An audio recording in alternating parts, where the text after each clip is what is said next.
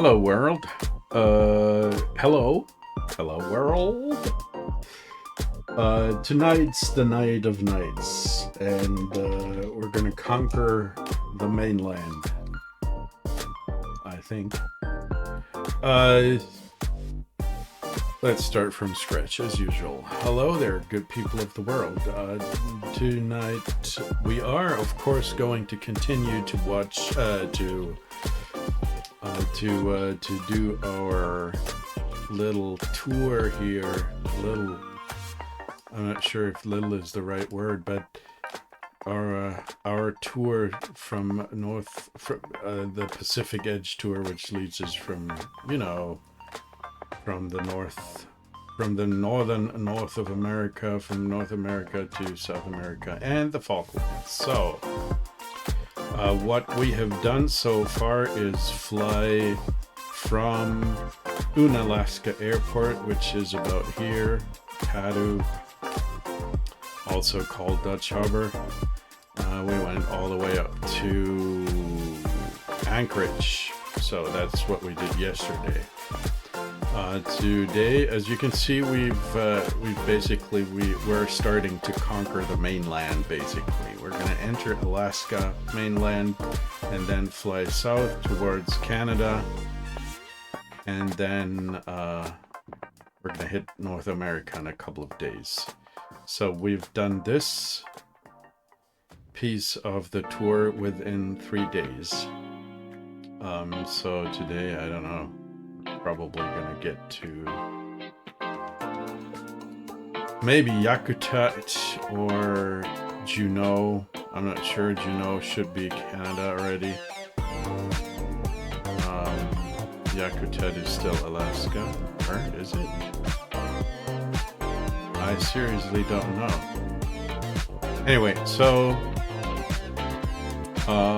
let's go ahead and load up the goddamn simulator on Anchorage. And Anchorage, as far as I know, was PANC. Yes, there we go. So there's something else that I want to quickly tell you. What I did today, I did have the opportunity to do some research on the best settings for my new graphics card. I have as I told you in the last video, I have a Radeon RX 7800 XT, which has got a decent amount of VRAM, 16 gigabytes. That should be enough for a while. And I switched it. I basically, it is a replacement for a RTX 2060 that I had before, and that thing was coming to its limits. It's also, I mean, it was like 5 years old, something like that, so it did its time, and it did it very, very well.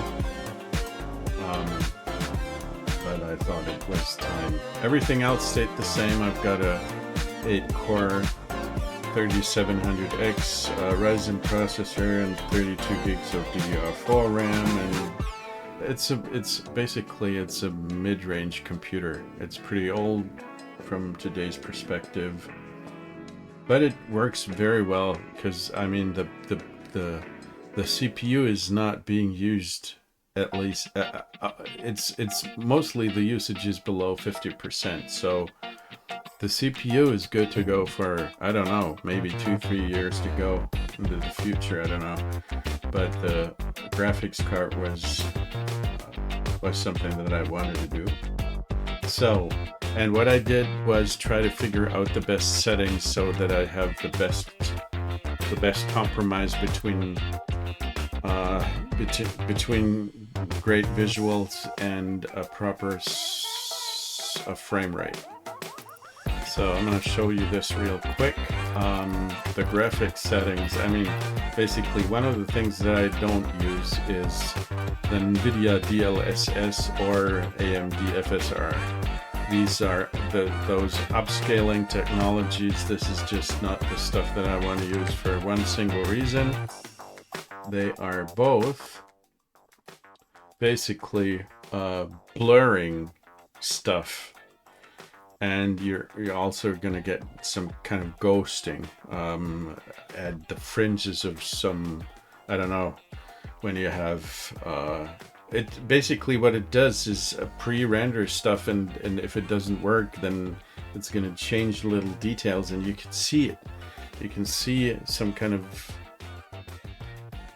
ghosting. I don't know. I don't have a better word for this, but it's some weird artifacts that are going to happen, and also it is basically less sharp than conventional anti-aliasing. So unfortunately, DLSS and FSR2 are giving performance boosts quite substantially. So I have to give that up in favor of greater sharpness, because I want to be able to read letters. I want to be able to see the instruments without zooming in all the time. I just don't like that. So that's the compromise I'm going to have to make.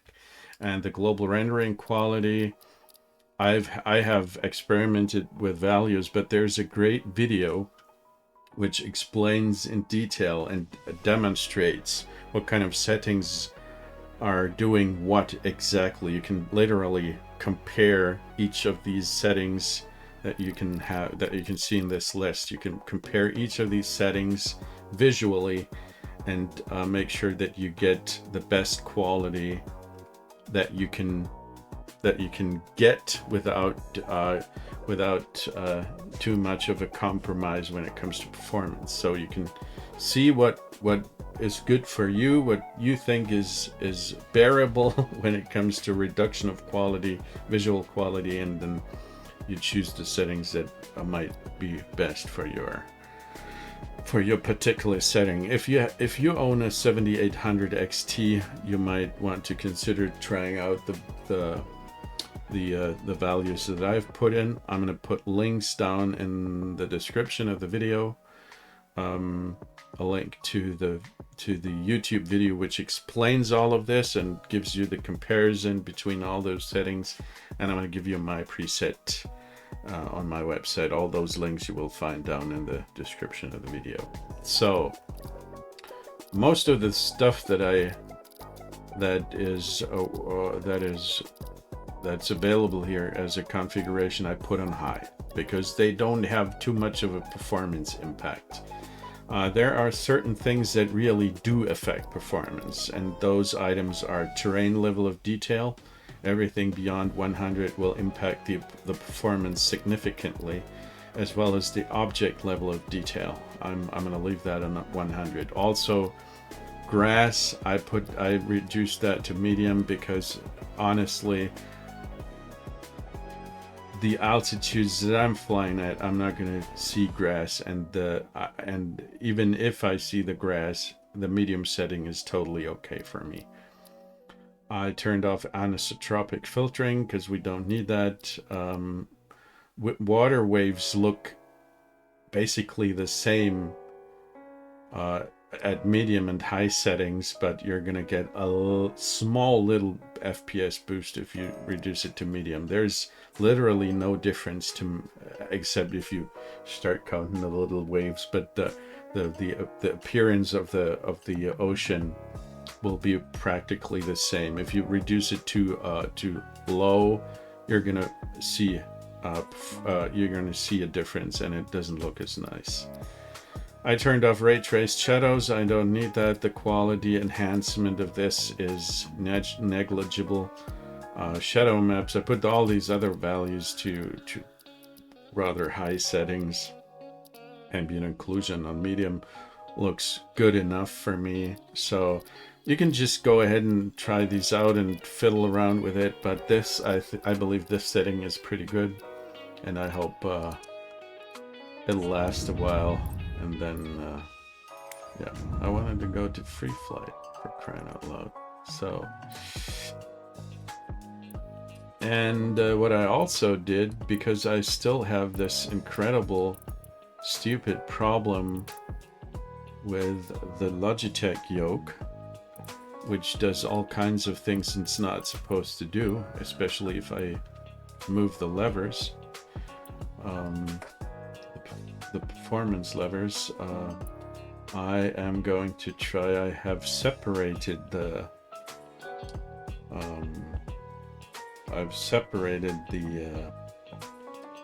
what should I call it? The USB connections, so that I'm using 2 USB connections. Maybe the problem was power consumption. If you have that so many different controls running on the same USB port. I'll try that. So we're looking for a small RAM for our little plane, the Kodiak. We're going to leave it at 50% fuel. That's all right. Let's take a look at the flight conditions. We have live weather and live air traffic. That's fine by me. And live time. So we can basically go ahead. Oh no! What we're gonna do? No, go away. I could. What is all of this? I don't need heliports or helipads or any of this crap here.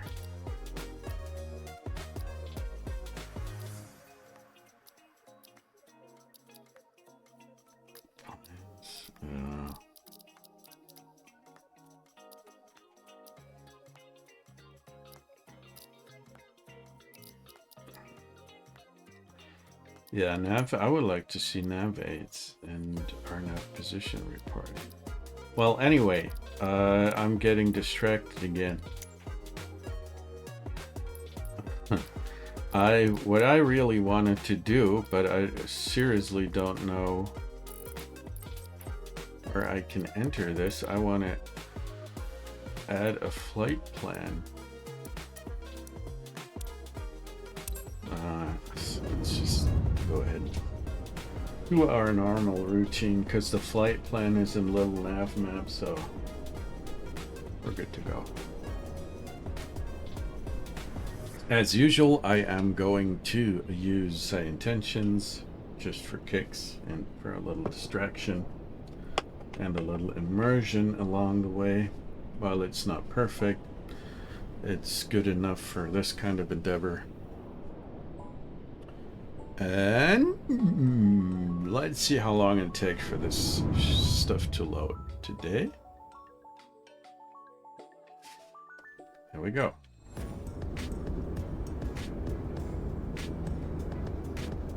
Dude, these guys are running themselves over. Let's enter the plane. Here we go. I need to reset my track IR. What are these people doing here? What the hell? Look at the traffic. Well, I did increase the traffic, I have to say, but I didn't expect it to be that much. There's this 747 here on this little airport. No, it's not that little of an airport. It's Anchorage, so it's all right if it's busy. So let's start this thing up. Put away the yokes.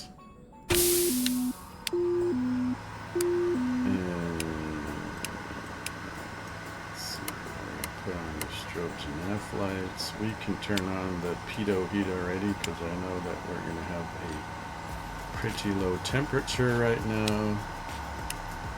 Windshield stuff. There we go.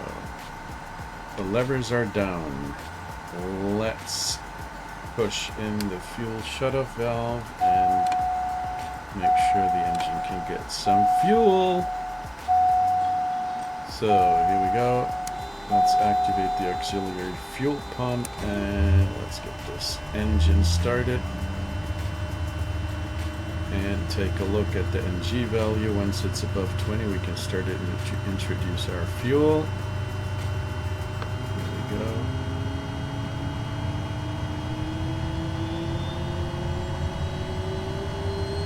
Okay, that looks good. Let's see once the values settle in.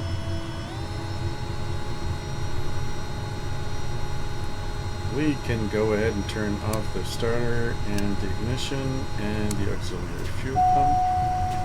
So there we go, and let's increase the prop to full forward. There we go. It's doing it again. The Logitech bullshit. I hate it so much I can't possibly tell you.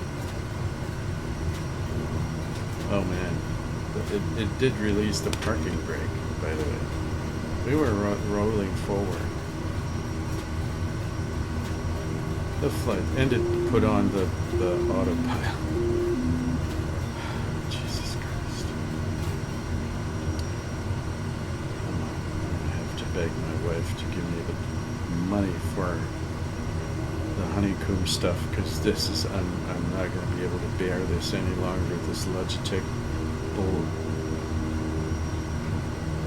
Alright, so another little tweak that I told you about in the last video, or the previous to last, was to pull the circuit breaker for this particular item, because it's going to give us a couple of frames per second, because we don't need it anyway. This is a simulator.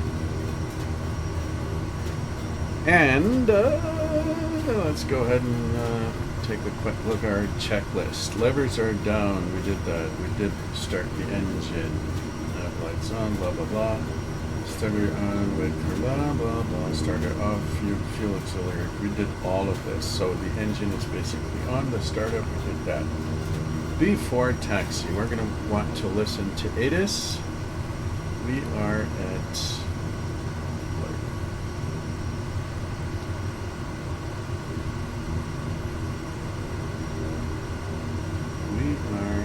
Why does it not recognize where we are?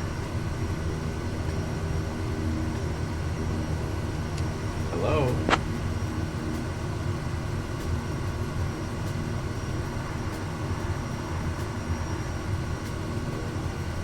Okay. Weird. I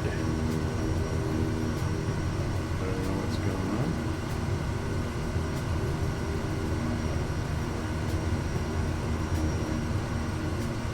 So I'm going to have to look up Anchorage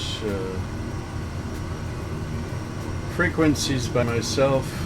I'm not going to be assisted by say intentions, unfortunately.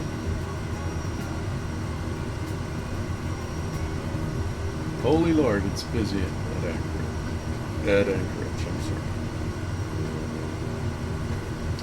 It's a Class C airport, so let's see, the frequencies are, it is 135.5.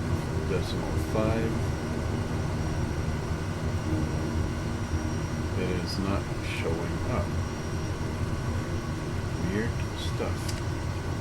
Weird stuff. Let's do that again.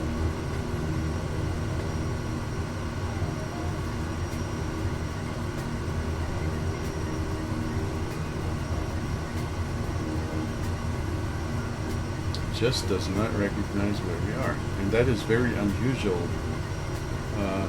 Normally, Say Intentions does know very well where you are. Oh, look at the back. These guys are stacking on top of each other. Yeah, so let's take a look at the ATIS frequency. It's 135.5.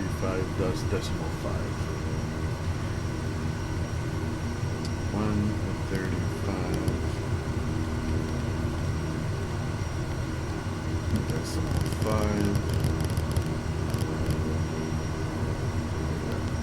.00 feet. Arriving and departing runways 25 left, 33, 25 right. Advise on course heading, altitude, and if flight following is requested. Read back all runway and hold short instructions. Advise on initial contact. You have information Yankee. Ted Stevens Anchorage International Airport, information Yankee. 1953 Zulu. Wind calm. Visibility 10. Sky conditions, scattered at 2000 feet. Temperature 1. Dew point -4. Altimeter 2921. Density altitude -700 feet. Arriving and departing runways 25 left, 33, 25 right. Advise on course heading, altitude, and if flight following is requested. Read back all runway and hold short instructions. Advise on initial contact. You have information Yankee.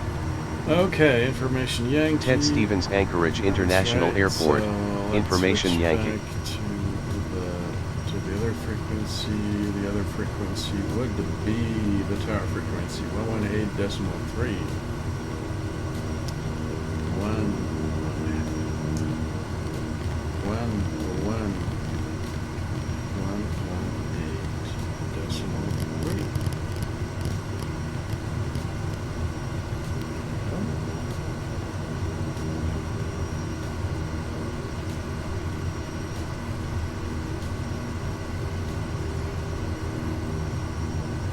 Anchorage Tower, Kodiak Delta Foxtrot Delta, good afternoon.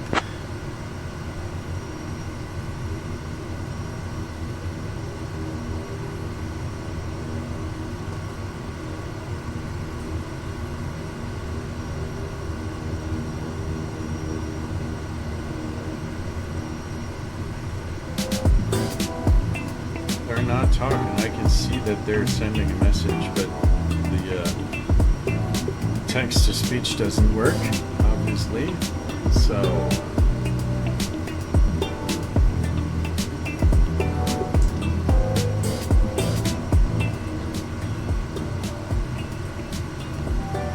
Anchorage Tower, Kodiak Delta Foxtrot Delta is requesting a VFR to Yakutat with information Yankee.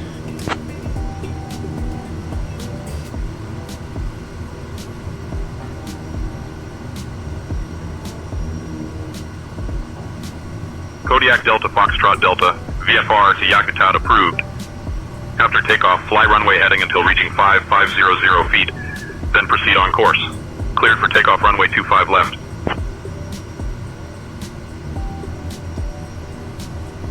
VFR to Yakutat after takeoff, fly runway heading until 5,500 feet, then proceed on course. Cleared for takeoff, runway 25 left, Delta Foxtrot Delta.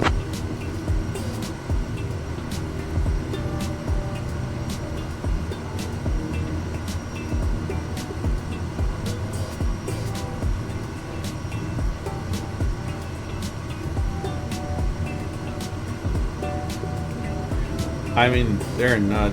This guy shouldn't give me takeoff clearance yet because I didn't even taxi. But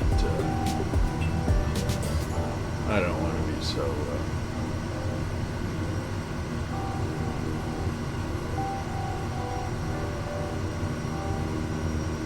Somehow St. Engines is pretty slow today. Anchorage Tower, Delta Foxtrot Delta. Did you read my last message?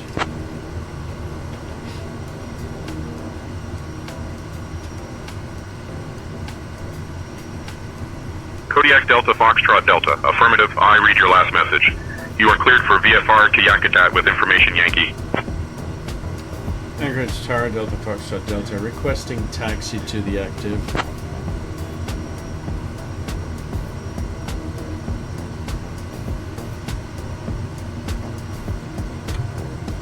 Kodiak Delta Foxtrot Delta, taxi to runway 25 left via taxiway Alpha. Hold short of runway 25 left.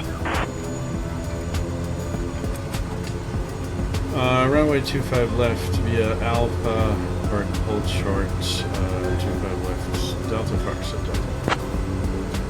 So let's take a look at the map real quick so I get an idea where we need to go. 25 left is, oh, it's there. Okay, I'll show you on the map. We are currently up here. And we're going to have to go here because 25 left is this Mooney 824 Foxtrot Delta, enter right base, runway 27. I guess. Right base, runway 27 from Mooney 824 Foxtrot Delta. I don't see a runway Clearance on request. Stand by. Anchorage Tower, Alaska 172 at runway 7 left, ready to go. IFR to Seattle. I think they... I'll grab that clearance. Give me just a minute. I think there's no runway alpha, so we're going to do it our own way. We're going to go over R and head, make a left turn here, and then go to the end of 25 left and cross the runway here. So that should be pretty easy. Oh, for crying out loud.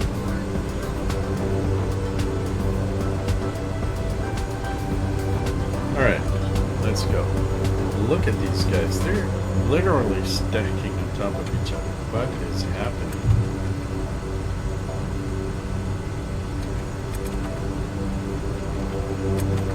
There's so much going on here.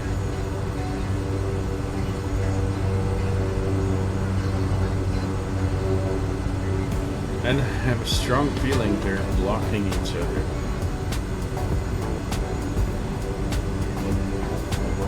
They are blocking each other. One of those guys is not moving at all. He's kind of stuck. So we're going to go around him. That's AI.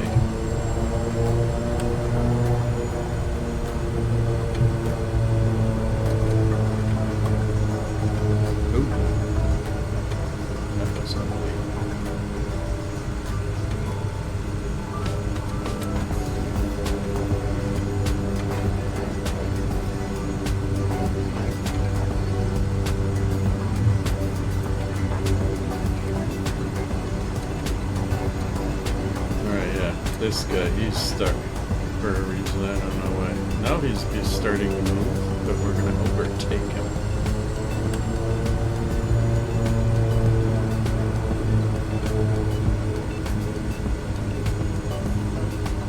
It's going to take like half an hour to even take off on this freaking airport. Next time I'm going to choose something smaller. We don't lose so much time on the ground.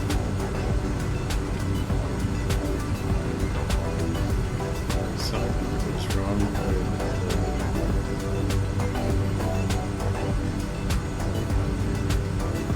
the rudder setting.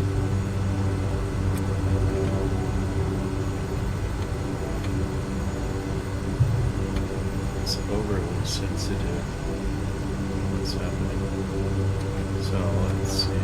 We're going to turn left here.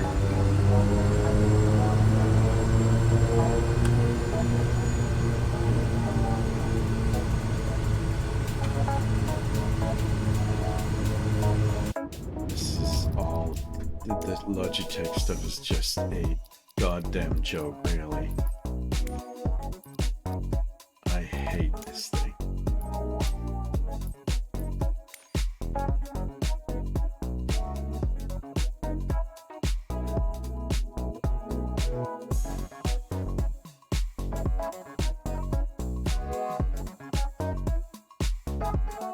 Citation 433 Mike Whiskey, hold short of runway 36 traffic on final. Holding short of runway 36, citation 433 Mike Whiskey. Okay, so it's the problem seems to be the trim that was fucked up by the Logitech misfires.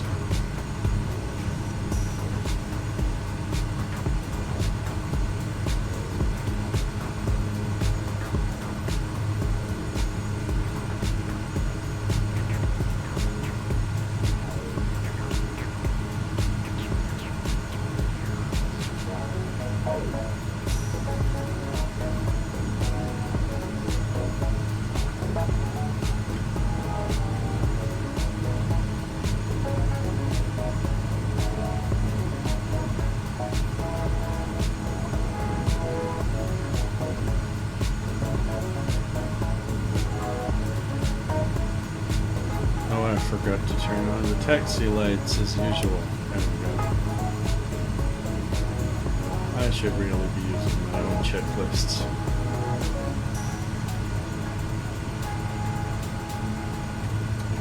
What is this guy doing here?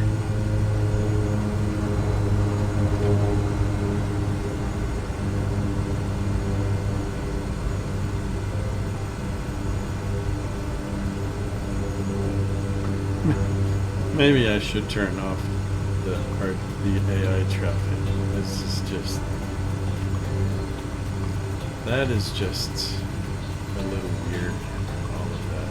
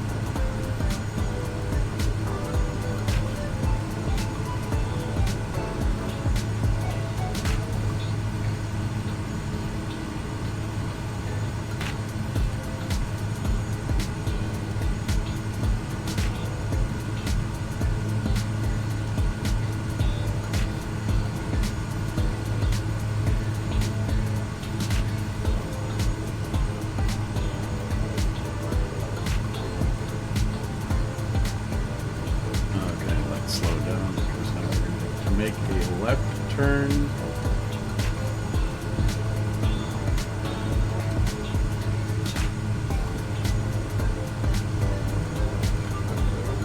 Go.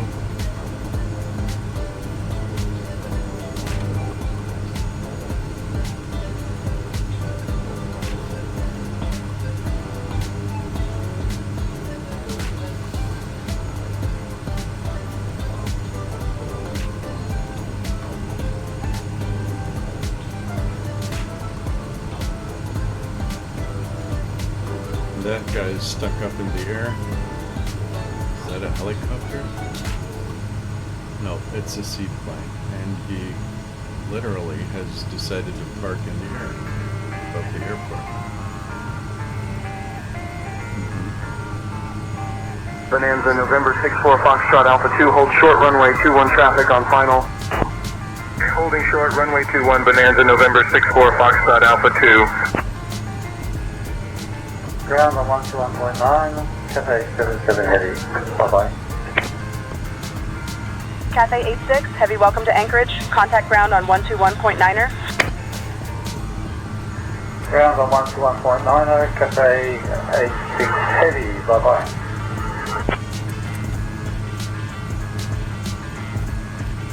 Okay, we're gonna have to make a right turn here, and that will bring us to 25 left.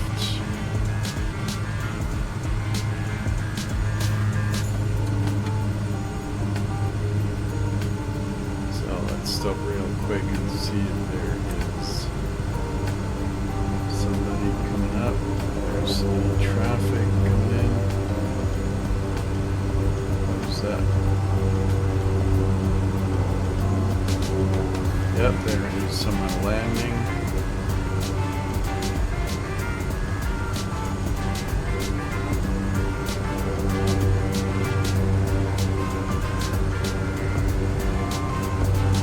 That might be a real human being because his name is Bentuck.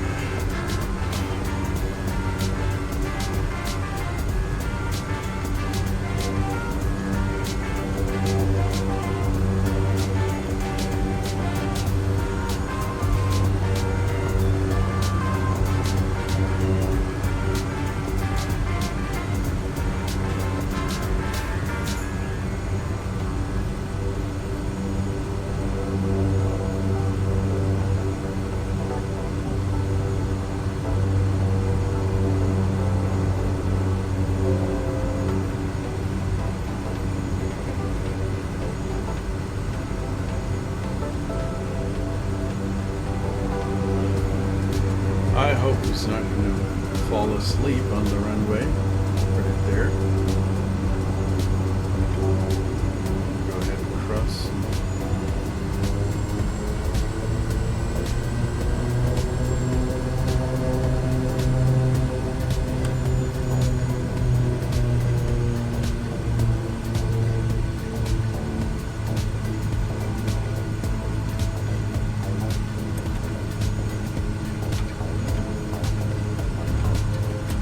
So that is the entry port 2 for it. Left, let's stop here real quick.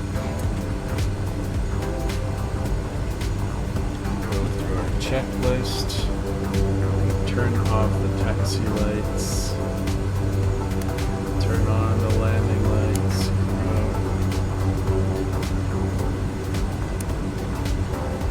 So,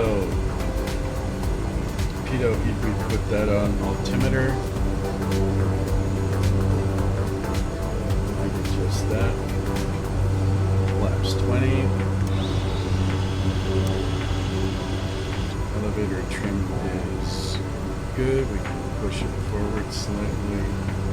Strobe is on, landing lights are on, taxi lights are off, talk to ADC. So, Anchorage Tower, Kodiak Delta, Foxtrot Delta is holding short runway 25 left, ready for takeoff.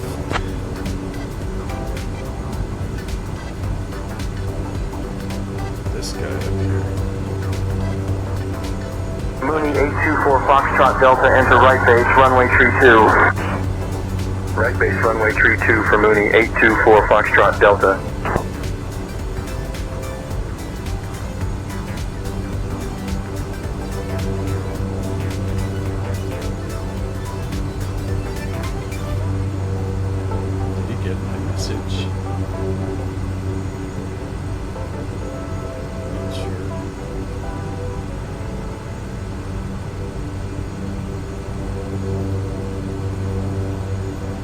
Anchorage Tower, Delta Foxtrot Delta.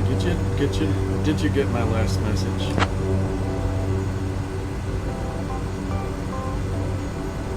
Kodiak Delta Foxtrot Delta, taxi to runway 25 left via taxiway Alpha. Hold short of runway 25 left. Delta Foxtrot Delta is holding short runway 25 left, ready for takeoff.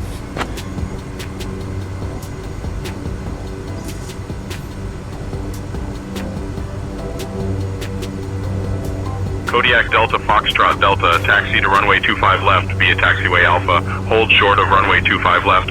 I need you to read back the taxiway. What is this guy doing here? He's literally sitting on top of me. What the heck?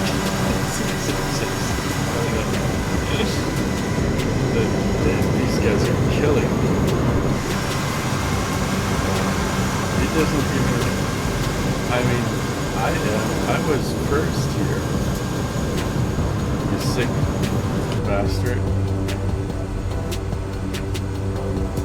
Anchorage Tower, I was just ran over by a 767. No, it's a Learjet. I don't know. Any kind of jet, it just ran over me, and I'm sitting here at the hold short. 25 left, and I want to take off desperately. I want to get rid of this place. What is he doing? What is his mission? Kodiak Delta Foxtrot Delta, runway 25 left. Winds calm. Cleared for takeoff. Clear for takeoff. 25 left. Delta Foxtrot Delta. I mean, look at what is happening. It's complete. They have basically decided to stop the service in midair. Oh man, look at that. I don't know. He's climbing. But he's also very slow. That was the 747 that we saw earlier, I think. It's all very weird. Let's get the hell out of here.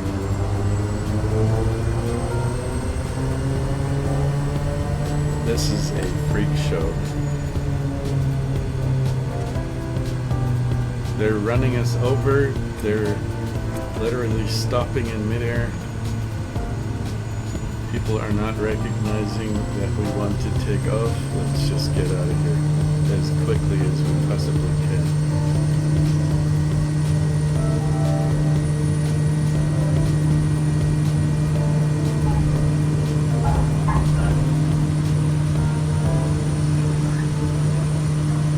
Goodbye, Anchorage.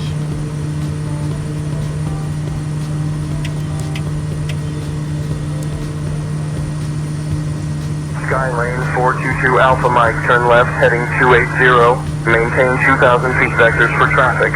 So we're flying Left runway turn heading, heading 280, maintaining 2,000 feet. Skylane 422 Alpha Mike.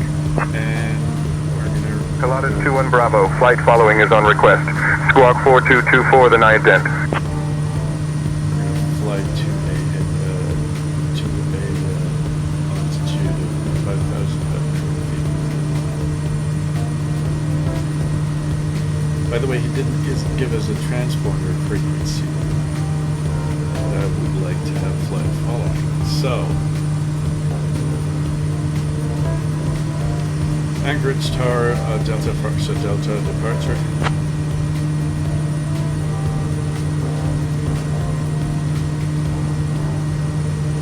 Kodiak Delta Foxtrot Delta. After takeoff, fly runway heading until reaching 5500 feet, then proceed on course. After takeoff, go to 5,500 feet. After that, on course. Delta Foxtrot Delta. Requesting flight following, please.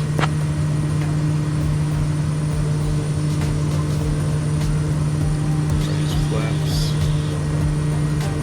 Kodiak Delta Foxtrot Delta. Climb and maintain 5500 feet. For flight following, contact Anchorage departure on 119.1.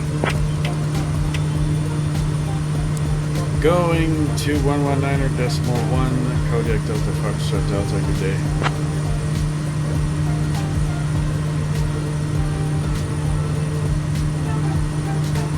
Anchorage departure, Kodiak Delta Foxtrot Delta, departure.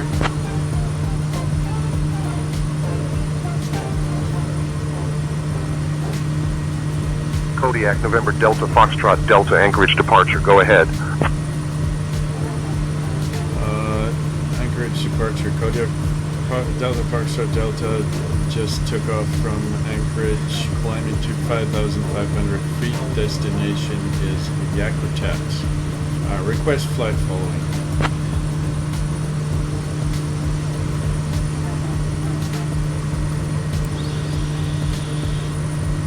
Kodiak Delta Foxtrot Delta. Squawk 5734 and ident. 5734 and ident Delta Foxtrot Delta.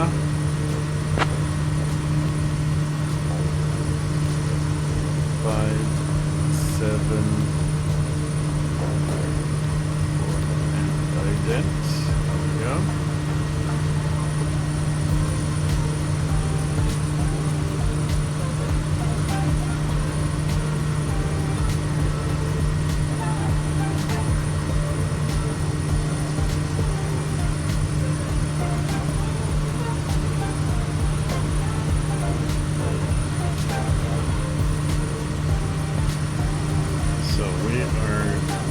Reaching 5,500. Kodiak Delta Foxtrot Delta radar contact over Fire Island Airport at 5100 feet, heading 237, Anchorage altimeter 29.21.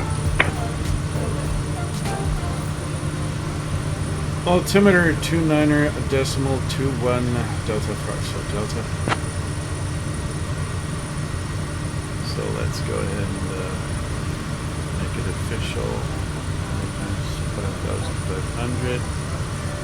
Yaw damper on. And Piper 582 Bravo, clear direct to the VOR, climb to 5,500. we're going to fly head. Direct to the VOR, climbing to 5,500, 582 Bravo. So now we can make a right turn. Kodiak Delta Foxtrot Delta, altitudes at your discretion. Own navigation. Altitude and the navigation at my own discretion. Kodiak Foxtrot Delta Delta correction Delta Foxtrot Delta. So let's go to heading of let's go to the east first of all. Kodiak Delta Foxtrot Delta, altitude and navigation at your discretion.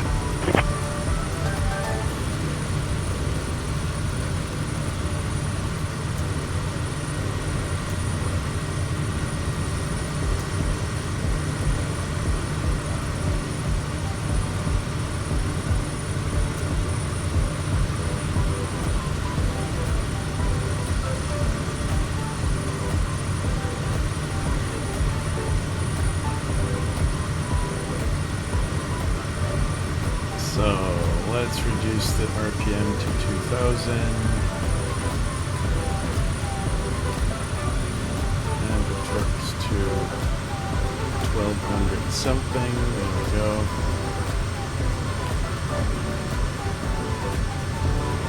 And then let's see where the wind takes us. So I'm quite happy with the performance of the new graphics card. I mean, you could always have something bigger and better, but this is good enough for me. And I desperately need some different music. How about some jazz?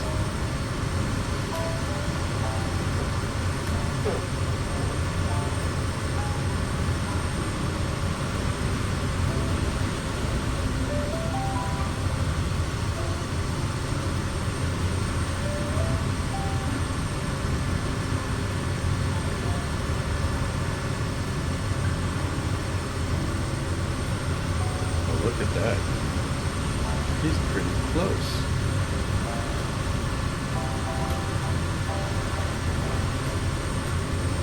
The sky is so full of other aircraft. I think I'm going to disable the labels for now because I don't know. Multiplayer, where's the multiplayer stuff? Controls? No. Assistance. No, this is not what I'm looking for. Online, there we go.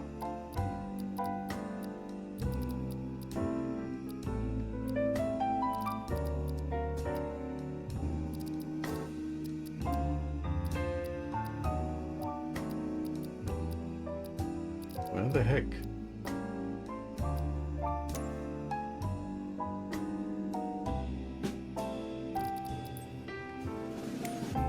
Accessibility?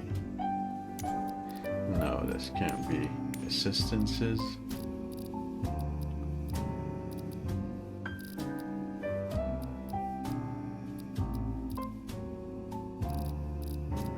Where in... Seriously, subtitles? No. No, online. Where the heck?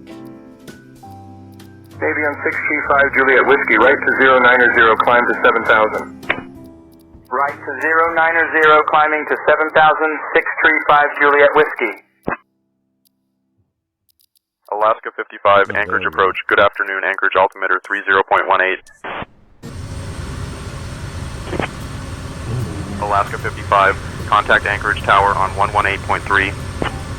Hi there, Skinflints. I have a 7800 XT AMD radio. I bought this the other day because I had a very old card and my computer is pretty old. So.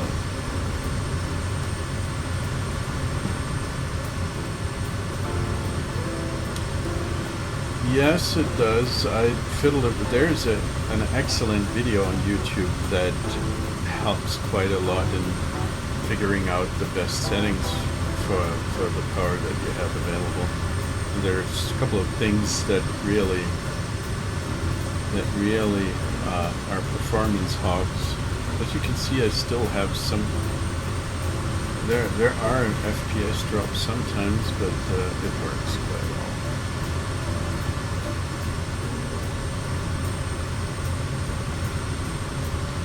And I'm not using this. There is the anti-aliasing stuff. There's this, what's it called? The scaling stuff from AMD and NVIDIA where it scales up the resolution to do some anti-aliasing, but it looks blurry and I won't be able to read the instruments, and I really don't like that, so that's some compromise I have to make.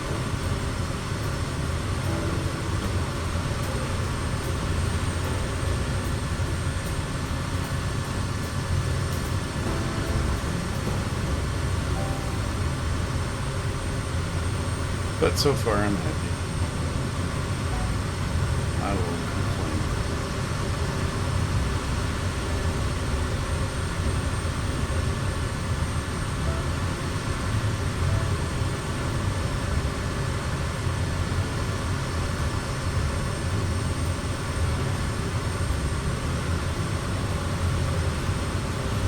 But it sure is hell.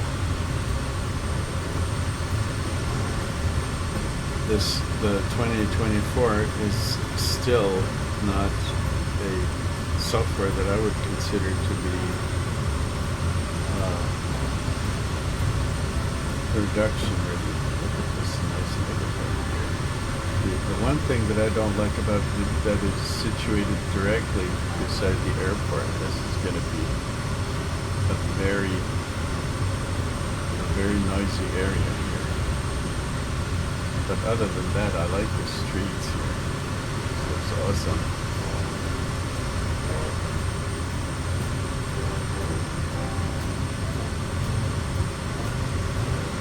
So how are you doing, Mr. Skinflints?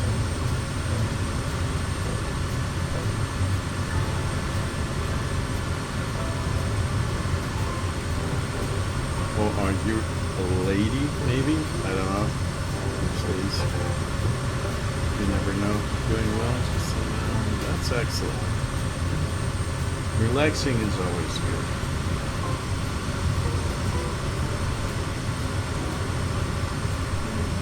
Unless you're procrastinating stuff. Then it's not good, but I know the feeling. Cessna 421 Charlie Mike, turn left, heading 200, descend and maintain 3000. Left 200 down to 3000, 421 Charlie Mike. These are nice neighborhood stuff. Center on 133.7, 1 Papa Delta. Cessna 1 Papa Delta, contact Anchorage Center on 133.7. Going to 133.7, 1 Papa Delta. When I did a couple of tours lately, and one of those was to fly from coast to coast, and I was basically counting the golf courses, but because America has so many of them, it is unbelievable. But there's maybe not in the Midwest, but the East Coast and the West Coast are so stuffed with golf courses you cannot possibly imagine. It's ridiculous. And I guess at the end I was in the hundreds. There is another airport.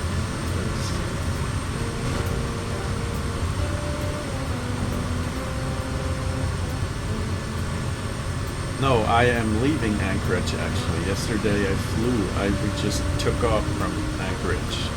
Now I'm going to go to Yakutat. That is the next destination for today.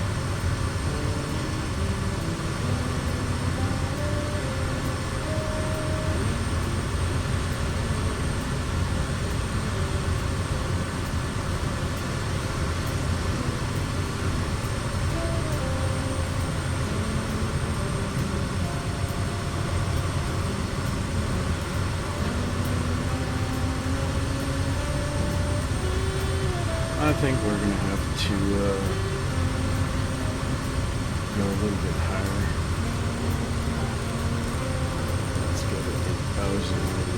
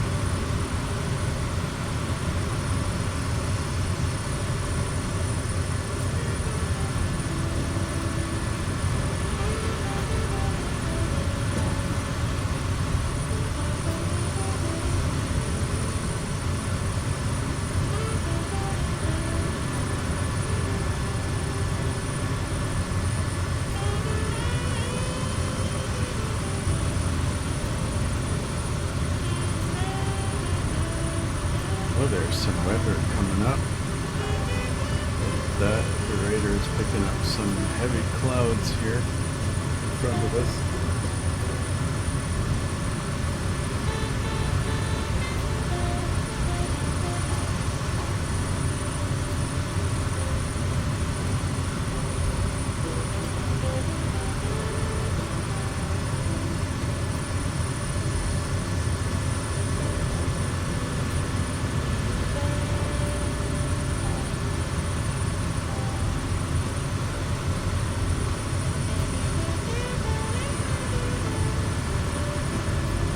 You know what, we're going to go a little higher than just because it might be a good idea.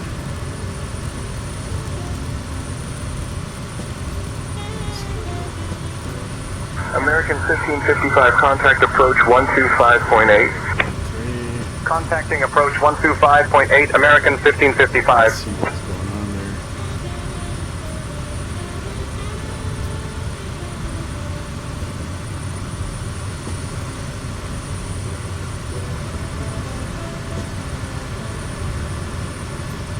Unfortunately, I'm not going to be able to see this, to watch this really, really beautiful landscape come up here. There's so many clouds. Yesterday I did some canyon flying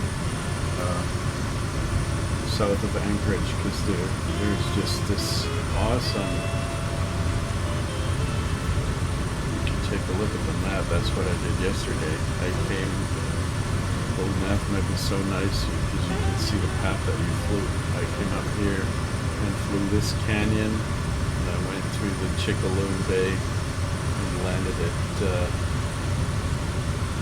Anchorage, and now we're going to go to Whittier, and then Valdez, and Merrily, and I think we're going to end up at Yakutat for tonight.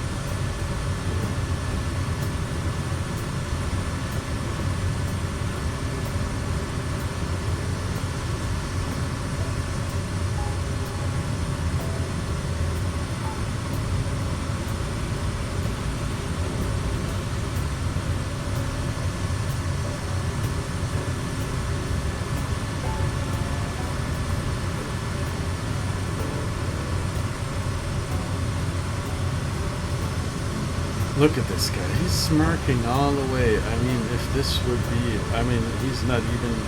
I don't even allow him to fly the plane. He seems to be happy. And I can't get rid of these guys. I don't want a co-pilot. I want to see through the window. But this guy is blocking half the window. I don't know. I can't get rid of them. I said I put the co-pilot to basically to 0, to no weight at all. I deactivated the co-pilot in the settings. There's a switch, I think, and this guy's still sitting there no matter what. I cannot do anything about it. It's annoying. Let's take a quick look. We're going to fly about 12,000. That means 2,000 RPM with 1130 on the torque. Piper 219er, Sierra Victor climb to 6,500 heading 130. Up to 6,500 heading 130-219er, Sierra Victor. 133.7, 9er Bravo Papa. 9er Bravo Papa. Well, it looks better up here. We should be able to fly above the clouds at this altitude.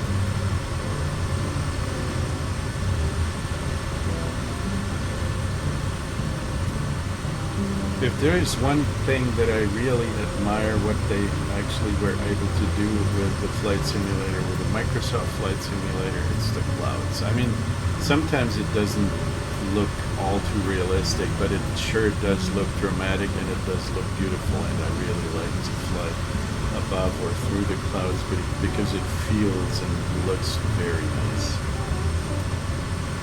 I think it's even better than an X-plane.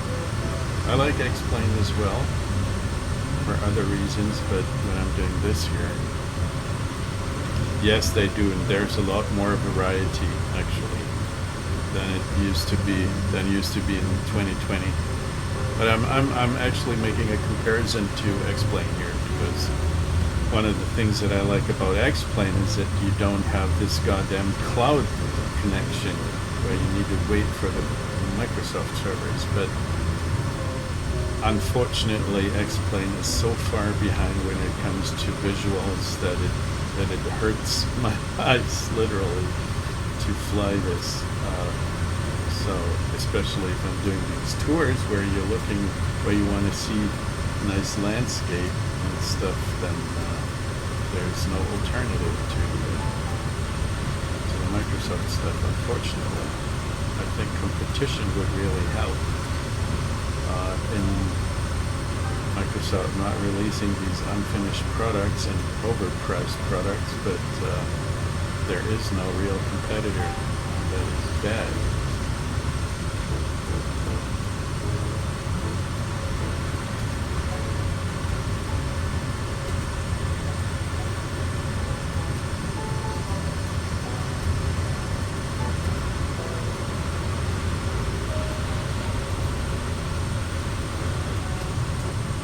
Oh, so fine up here. I can see the sun. It is literally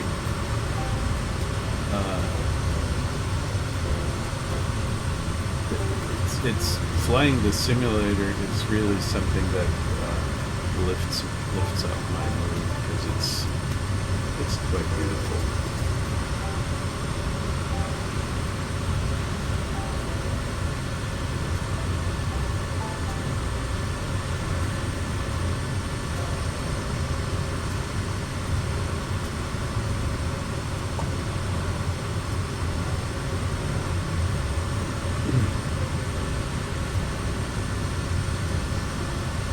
Does the fuel flow say? Oh, we're good. That's nice. 260.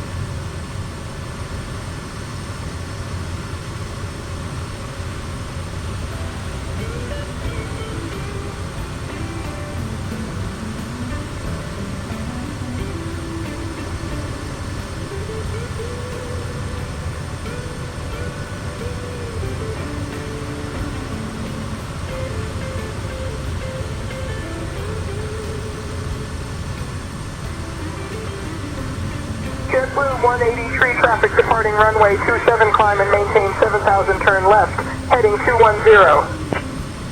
Climbing to 7,000 left to 210, JetBlue 183.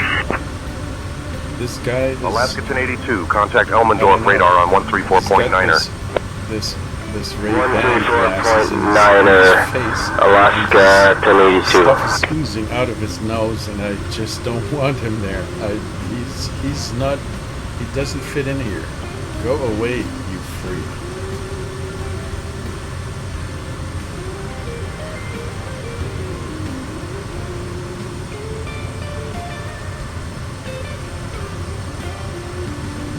Oh, we're above 10,000. I'm going to have to turn off the landing lights, for crying out loud. I always forget that.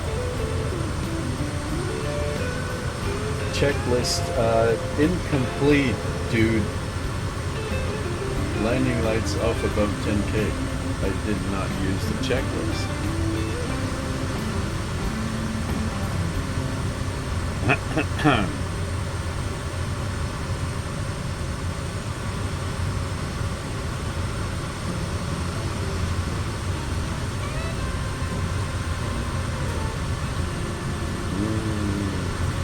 I love this elevator music. Whoopsie daisy.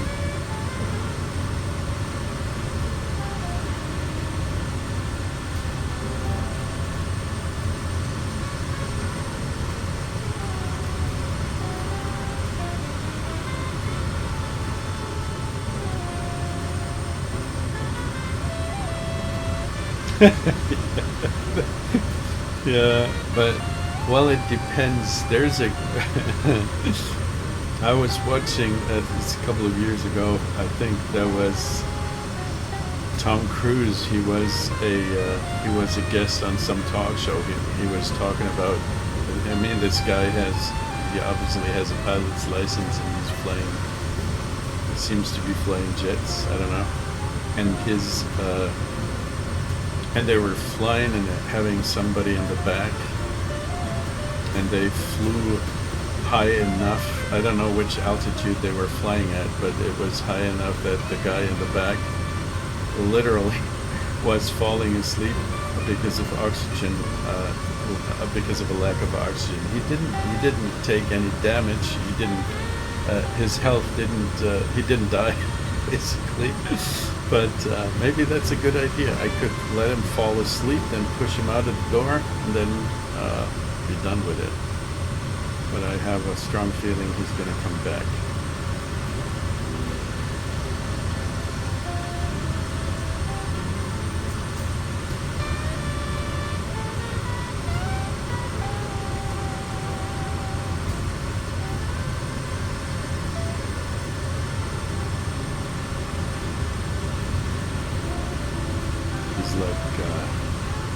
He's a bit like a zombie.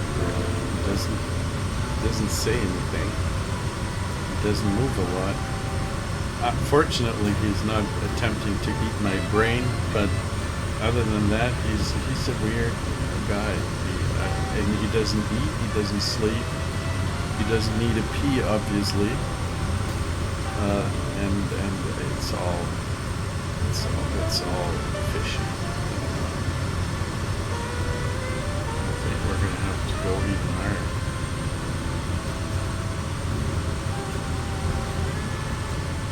JetBlue 183 traffic departing runway 27, climb and maintain 7,000, turn left, heading 210. Climbing to 7,000 left to 210, JetBlue 183.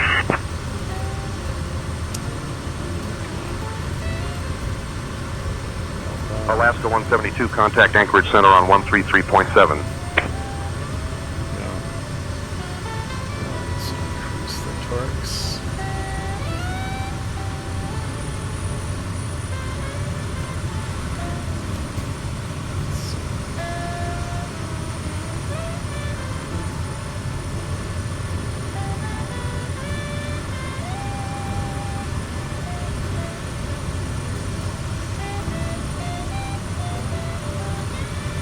Yeah, that's how it goes sometimes.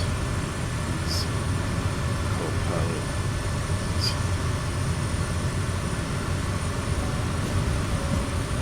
He doesn't even have. I don't know. We're gonna fly over water. He doesn't even have a life vest. Well, so don't I don't even have a body, so I shouldn't complain, but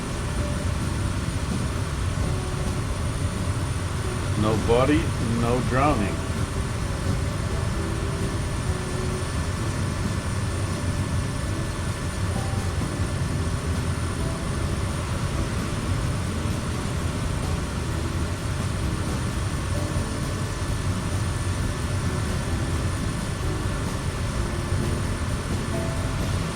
So let's, unfortunately, we really don't see any of those. There's clouds, that's bad, but there's nothing about that.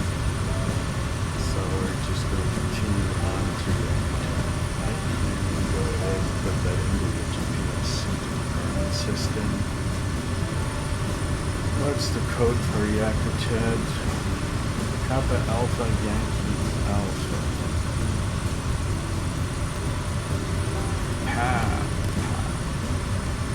Alpha.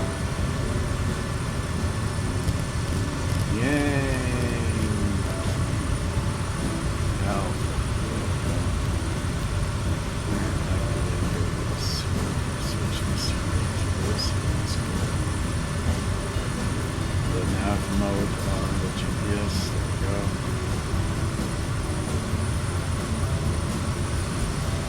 Let the autopilot do the work today.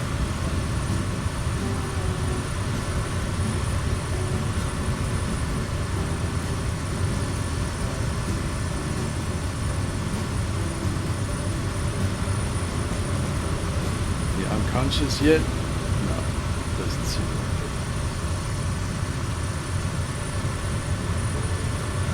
So let's just pretend I put in my oxygen tube here and put it on my nose. Kodiak Delta Foxtrot Delta, contact Anchorage Center on 133.7.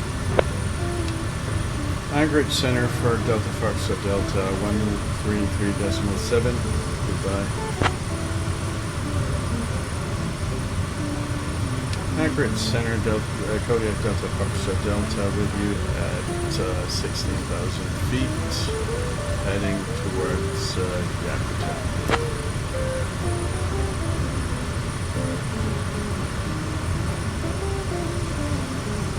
Kodiak November Delta Foxtrot Delta Anchorage Center. Good afternoon. Whittier altimeter 29.26.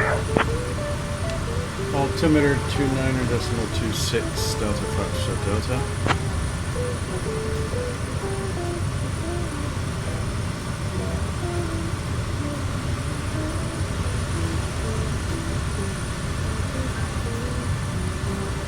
So we've got 272 nautical miles to go. That's going to take a while.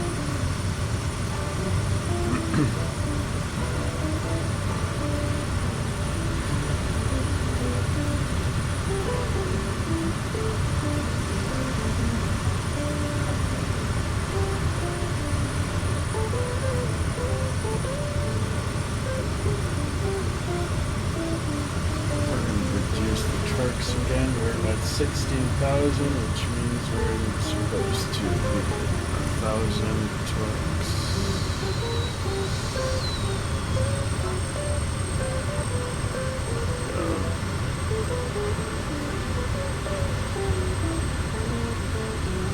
Ground speed is currently is let me take a look, 163. So that's going to take a little less than 2 hours.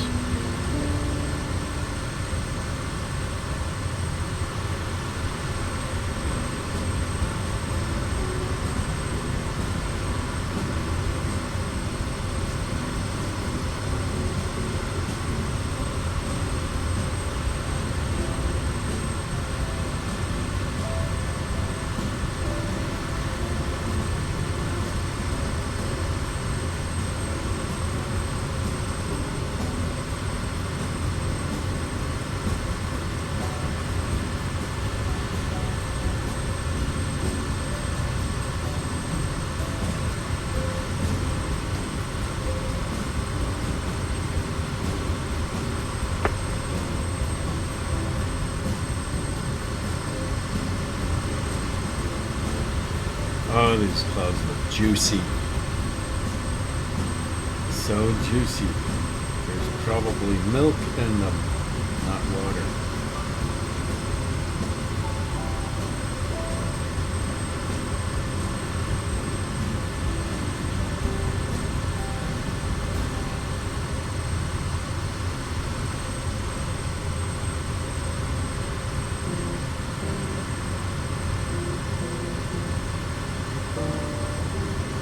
You're on my 6, you are?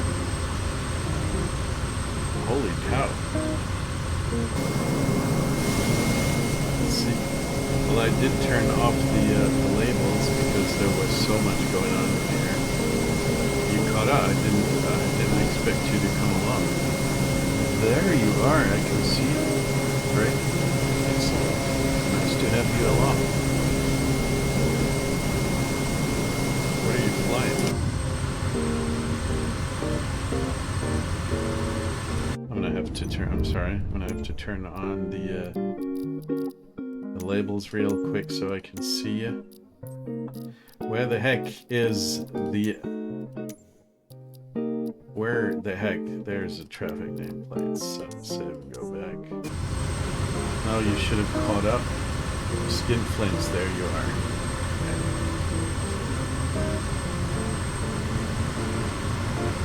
You've got a single no, you've got a... What is this?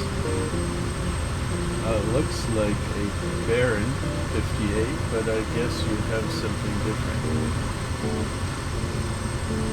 November 245, Mike Charlie climb and maintain 10,000 feet.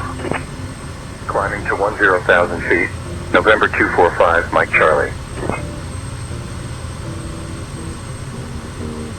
Whoopsie daisy. So nice. Oh, you're doing formation flying. That's awesome. That's the big nice little screenshot here. I love that. Actually, hear your images.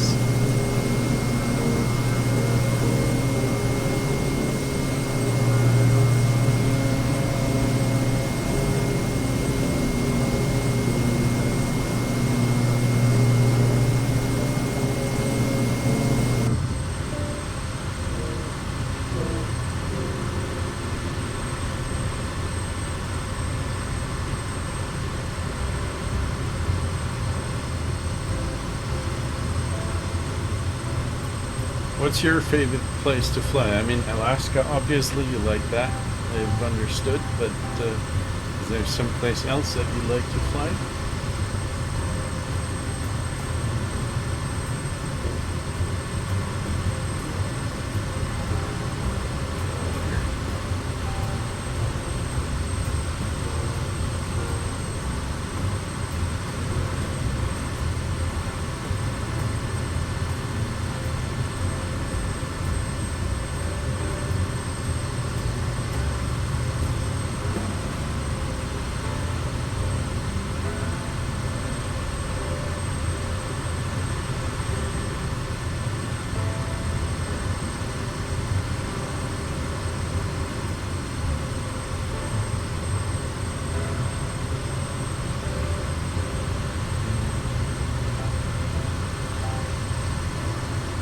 Alps, yes, of course. Yes, they are. Innsbruck, one of the nicer airports.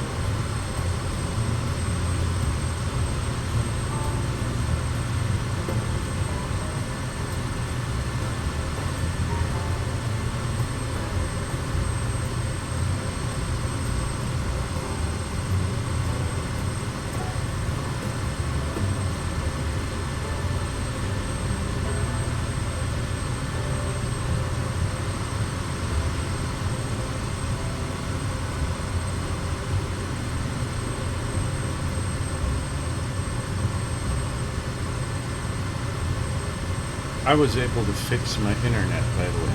It was unstable because I had, the other day when I was disconnected during the flight, during the stream,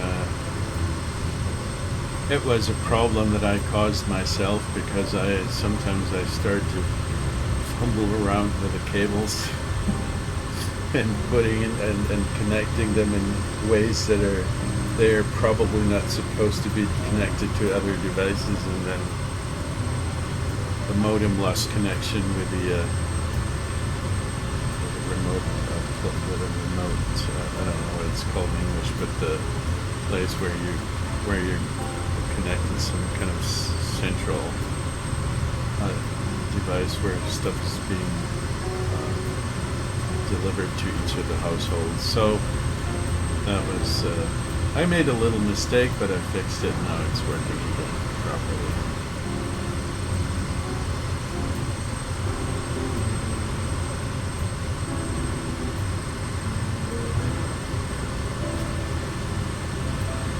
United 487, turn right, heading 270. Turning right to 270, United 487. You gotta give him that. Taxi by Alpha, remain this frequency, Cessna 222 go. But at 16,000 feet, I think he's maybe Anchorage Center, he's Delta gonna 2806. gonna get a bit lightheaded. but Descending the flight level he's 9,000. probably not yet fallen asleep. 60,000 Delta 2806, Anchorage Center, roger. Let me think, 16,000 feet. Interesting would be to have him at an altitude of like the peak of Mount Everest. That would be like 24,000 feet. That might be a bit more interesting. But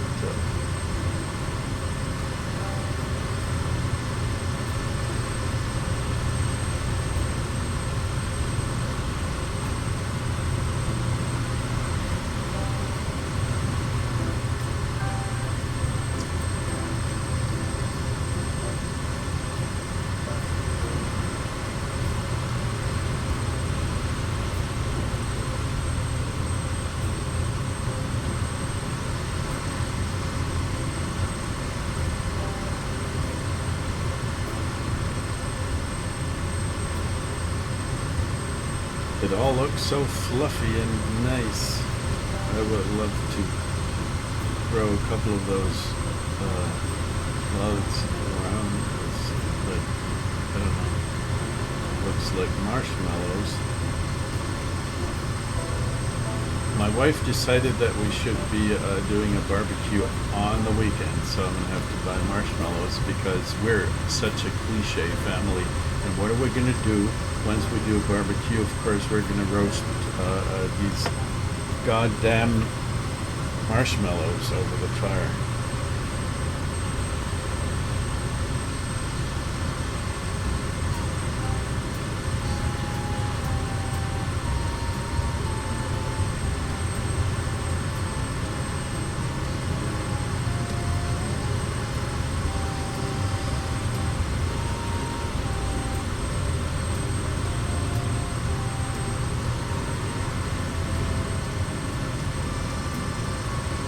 Seems the weather is going to get better.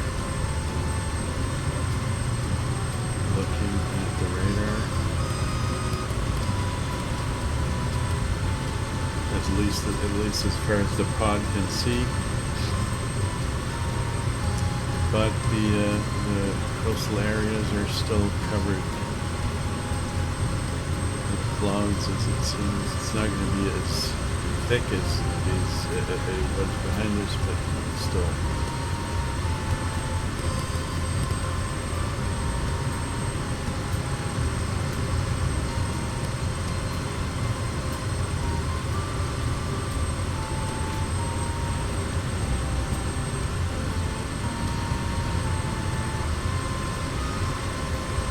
You're falling behind, dude. What are you doing? I think you've got the faster plane.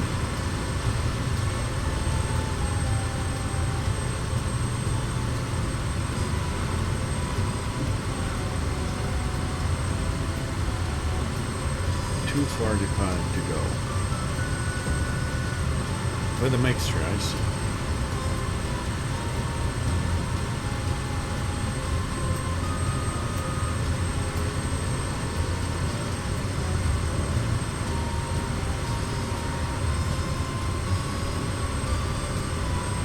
United 938, maintain Mach 80. Maintaining Mach 80, United 938.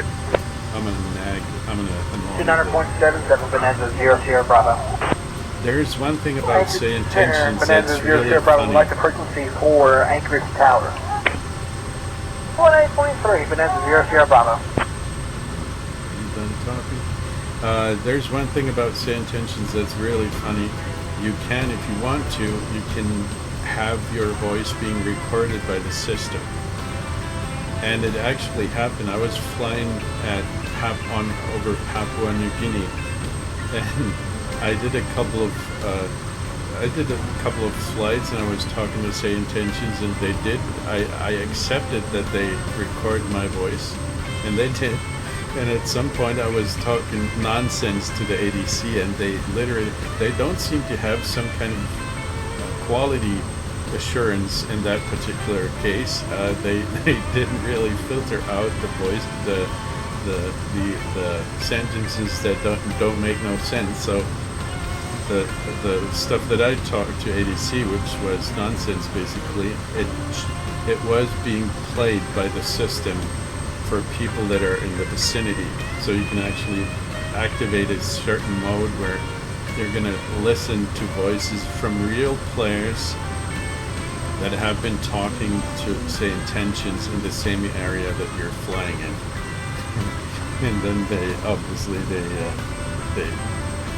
they did record my voice and played it back, so that was funny. I heard my own voice talking bullshit, and that was. I think at some point they're probably gonna get some. I mean, I didn't talk stuff that's got to have a mature rating, but you know what I mean. Sometimes you talk nonsense, and they did record it and they did play it back. So Anchorage Center Delta Foxtrot Delta is requesting the joke of the day, please. I because I'm a nice guy, I have deactivated recording my voice, so whenever I'm doing bullshit with the Intentions Kodiak Delta system, Foxtrot Delta. I'm sorry, I don't have a joke for you, but I'm here to assist with any flight-related requests. Oh, she's so not funny.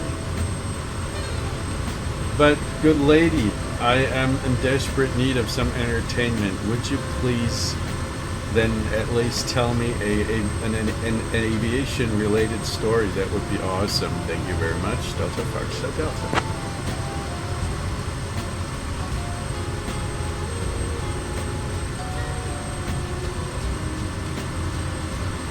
Kodiak Delta Foxtrot Delta once, a pilot requested a joke from ATC and the controller replied, "Why did the airplane get sent to its room? Because of its bad altitude. Safe travels and enjoy the skies." Oh, dude. that wasn't bad.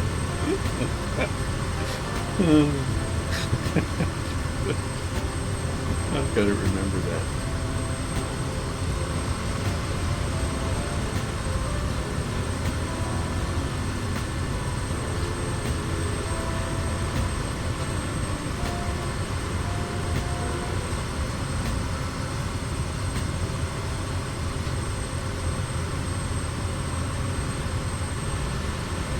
Come on, give me another one. That last one wasn't so bad.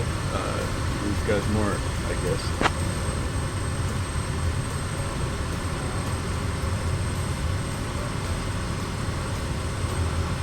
Kodiak Delta Foxtrot Delta. Why don't pilots get lost?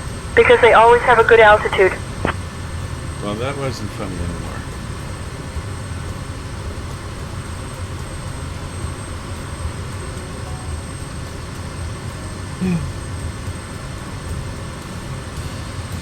I need a stewardess. Unfortunately, we don't have a kitchen in here.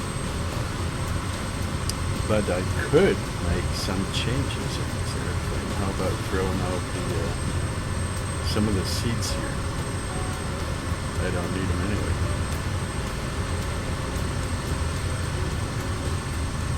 Yeah, she needs to be fired. That's for sure.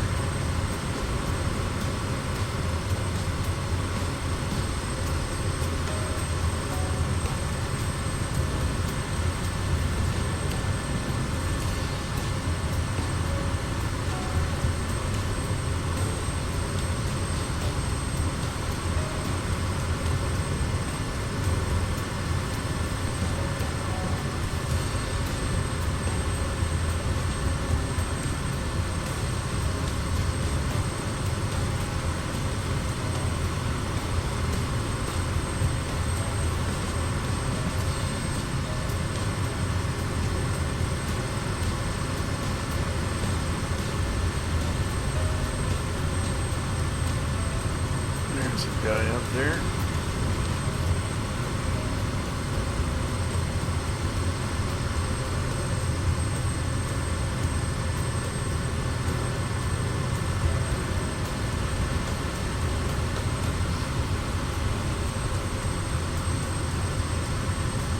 Looking at the radar, what we could actually do is to see a little bit more of the surroundings. We could go and reduce the altitude because I don't think that we're going to get into heavy weather. Ahead, there's a little bit of stuff coming up, but not too bad. So let's reduce the altitude because I want to see something of the pretty landscape down there. I'm gonna go to first to like 8,000 feet, and then let's have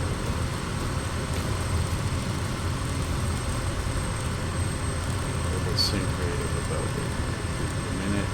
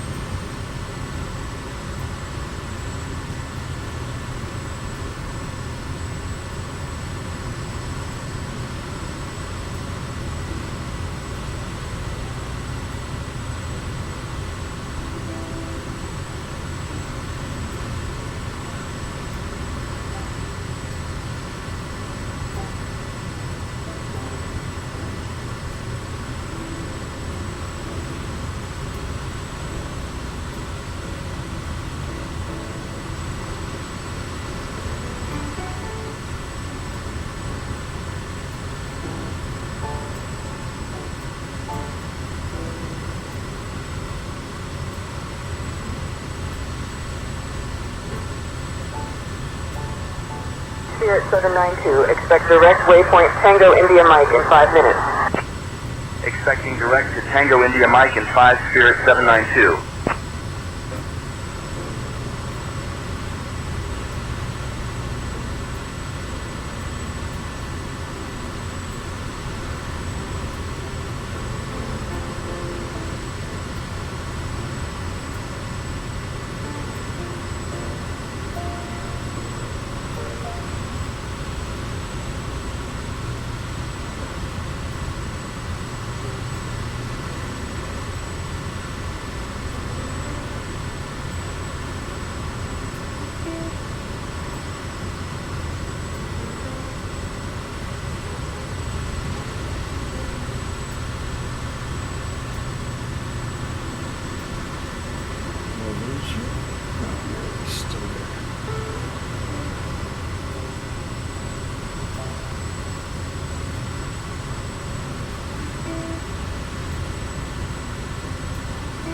I'm going to increase the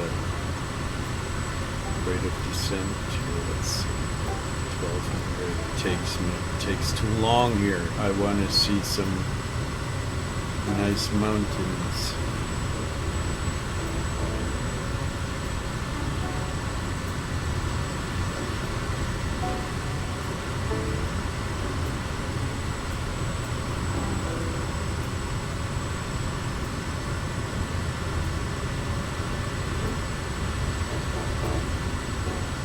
There's one place that I like to fly as well, particularly, which is Iceland.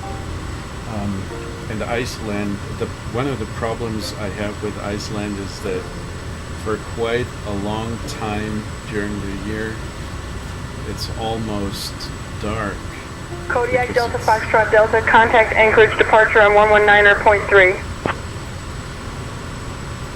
119.3 for Delta Foxtrot Delta. Good afternoon. And the Iceland is so high up in the north that Kodiak Delta Foxtrot Delta. Good afternoon. Anchorage departure here. Anchorage departure, Kodiak Delta Foxtrot Delta, descending to 8,000 on the way to Yakutat.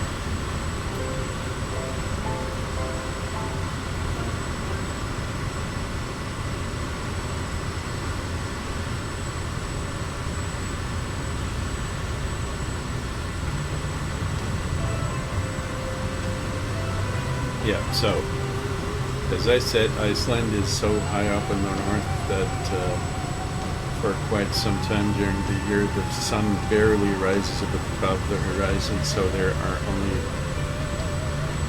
a few hours a day where you actually have proper light,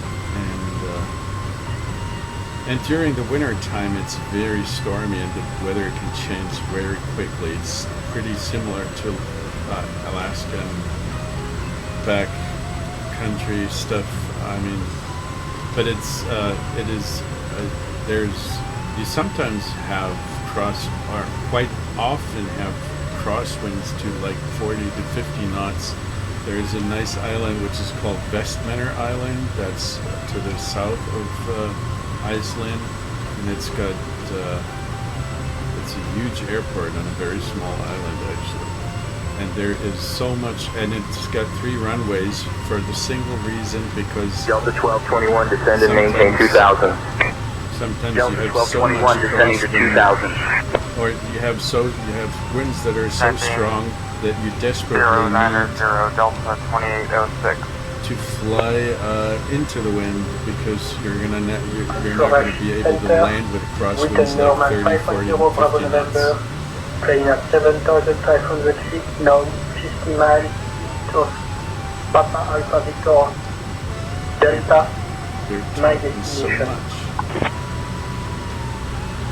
Britain Norman 10 Bravo, November Anchorage Center. Roger.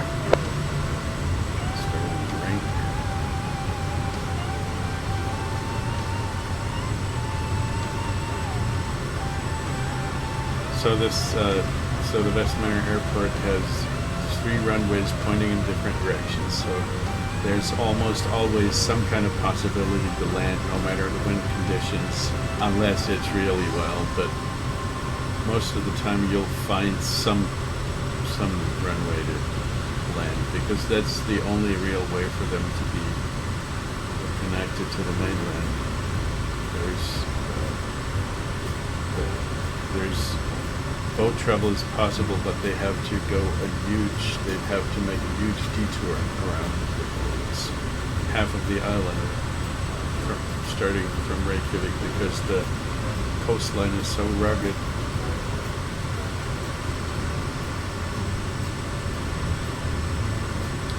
So by plane is their best option in most of the cases. But it's also very, very beautiful. It's an extremely beautiful landscape. Oh, look at that. We can see some.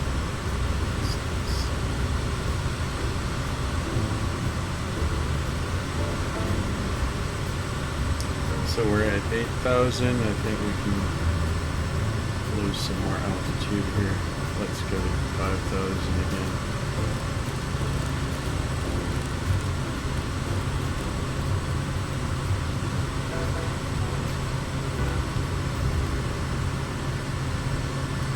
I think I just pulled a cat hair out of my mouth. A cat. This little beast is always going where it's not supposed to go.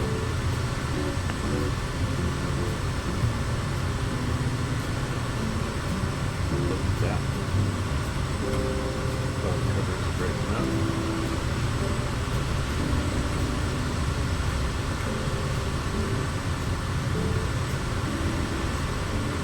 And we've got rainbows.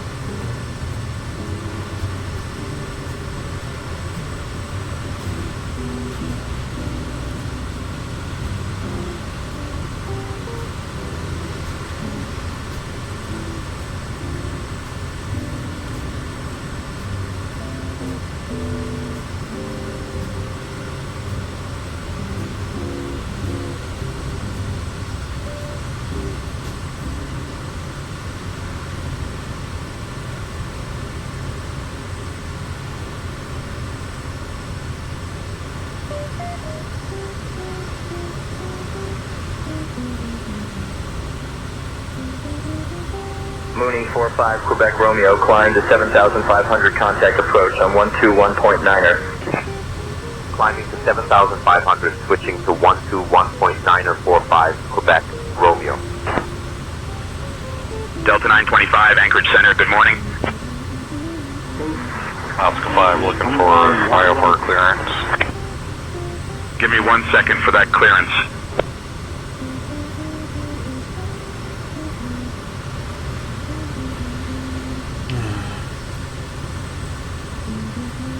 I would like to be here right now. Next opportunity for me to make a longer vacation is still a couple of months away.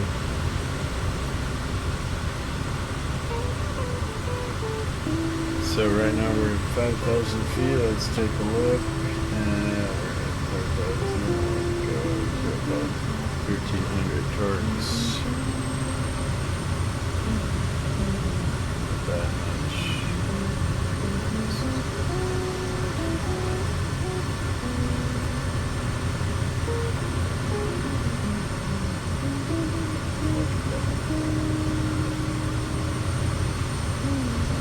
Still just a simulator, but it really looks pretty nice.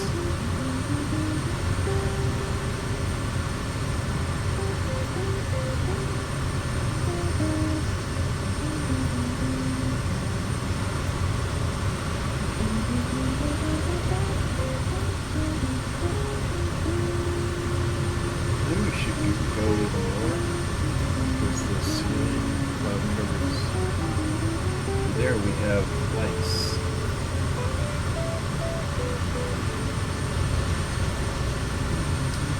So there you can go ahead and do some ice skating in this. Or maybe not.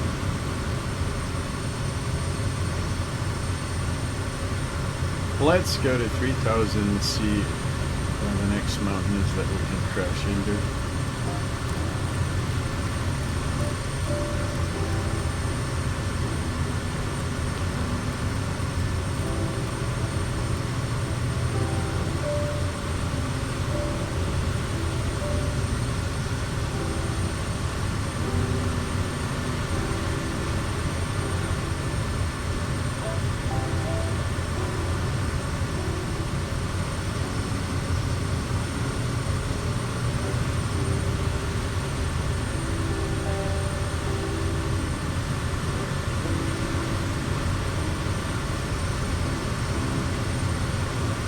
Yakutat, oh, 19er AK, what kind of airport? Oh, yeah, Icy Bay, that sounds good.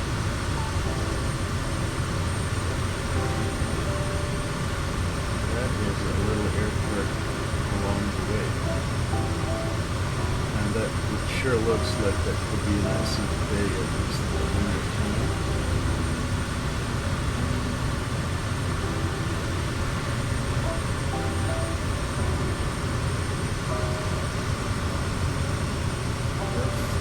Over what is now we're gonna fly over Merle Cave, the mud hole.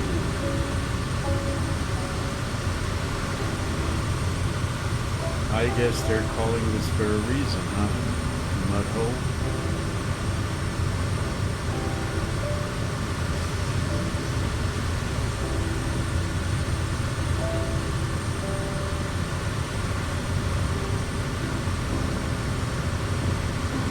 FedEx 1249 Heavy, descend and maintain 3000 Airport, 12 o'clock 20 miles. Descending to 3000 Airport in sight, FedEx 1249 Heavy. I'll have your clearance in just a second. Little ships down there. Houston, Alaska 66, still at Merrill K. Smith. Could we get that departure clearance extended by a couple minutes? All of them have their I'm working on that clearance, stand by. Their own labels.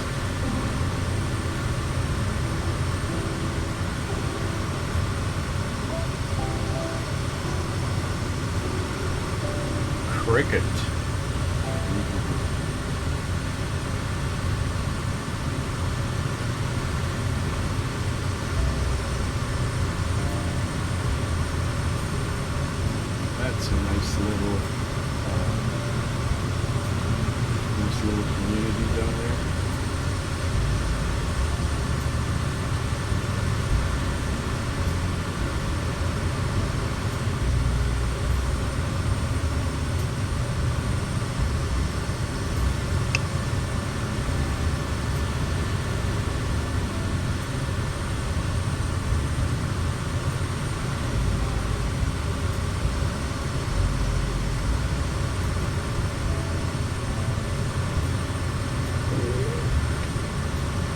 Yeah, that pretty much looks like a mud hole down there. Lots of mud holes, actually.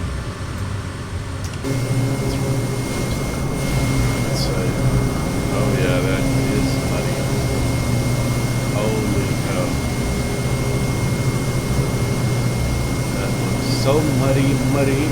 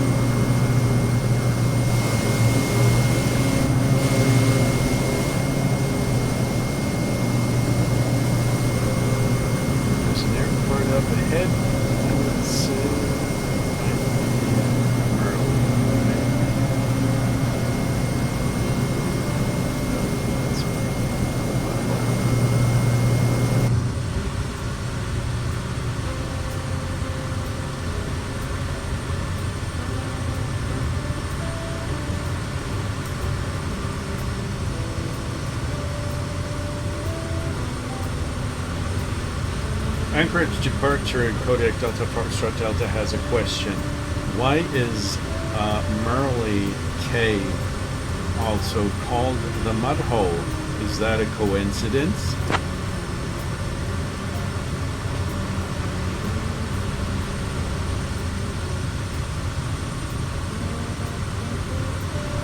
Kodiak Delta Foxtrot Delta, Merle K. Smith Airport is often called Mud Hole due to its location and conditions. It's not a coincidence. There you go. It's not a coincidence.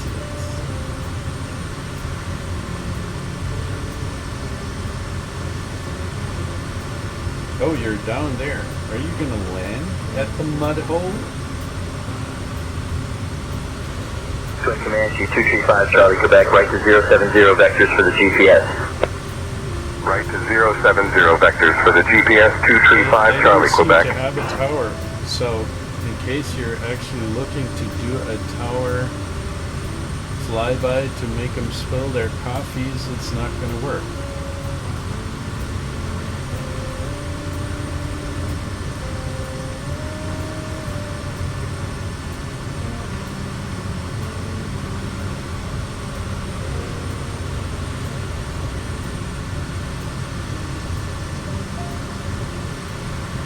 Like an interesting approach with like 160 knots. Are you touching down at that speed, or are you just doing a little stunt down there?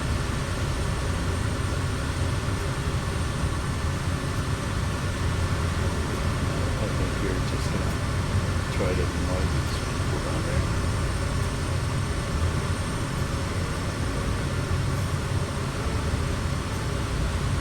Poor mud holers, or mud haulers. I don't know. Maybe they need to haul. They need to haul mud off the runway.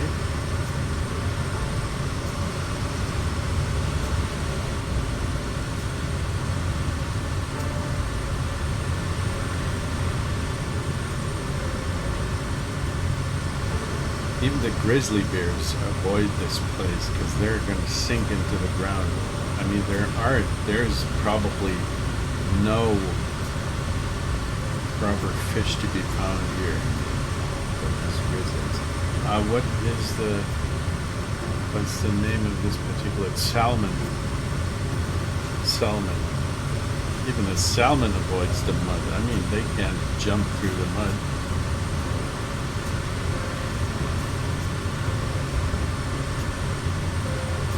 This seems to be a glacier up here, which is coming down. At least there still is a glacier. I was once on Iceland in my life. I actually did my honeymoon with my wife. We were on Iceland like 4 weeks. And we were walking on glaciers there, and unfortunately, due to the changing weather conditions. I'm not going to call it climate change because then I'm going to lose half of my audience. But let's say weather changes. The glacier that we walked on, actually, the part of the glacier that we walked on is gone, really. And it took about, we were there in 2014, so it's been about 10 years with the part. I mean, it was pretty far down, like here, this glacier on the left-hand side. We're walking, I don't know, a couple of hours upwards to higher ground on the glacier. But the part of the glacier that we walked on is gone. So that was sad, actually.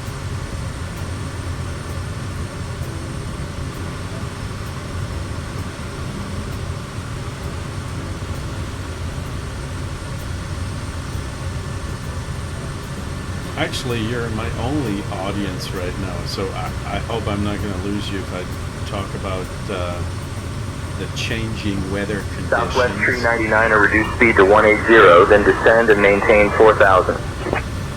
Slowing to 180, then down to 4,000 Southwest 399. Well, unfortunately, there are quite a lot of people who wouldn't.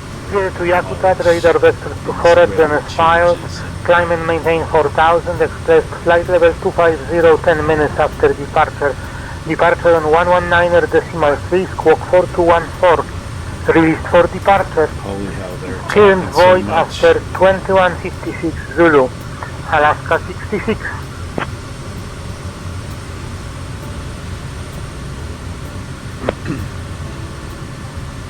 Oh, look at this nice lake over there. I love the color of the water.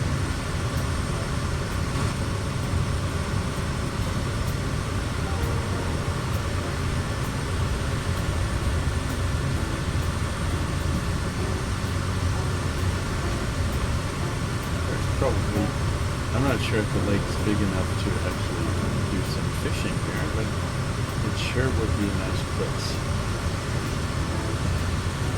And there's more mud coming up. That day was awesome. I mean, it does end in the simulator because it simply doesn't look awesome, but I'm trying to imagine what it would look like in real life, and I guess it would look awesome.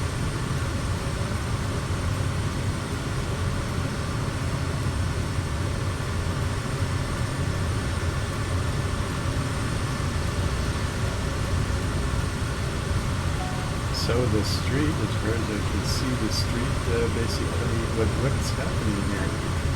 The street is sinking into the water, and that was it. So they're cut off from the rest of the world.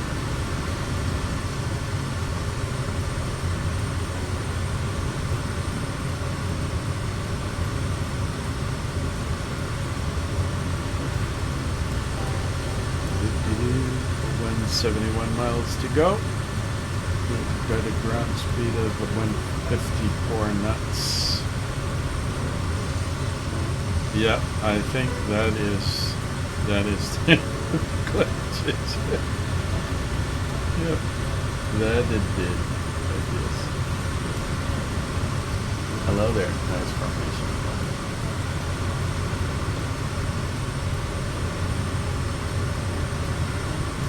You're flying a passive. You're again flying this. What is it called? I need to switch to an external view. The Osobo passive aircraft generic piston 2 engine of the A60. That's what you're flying.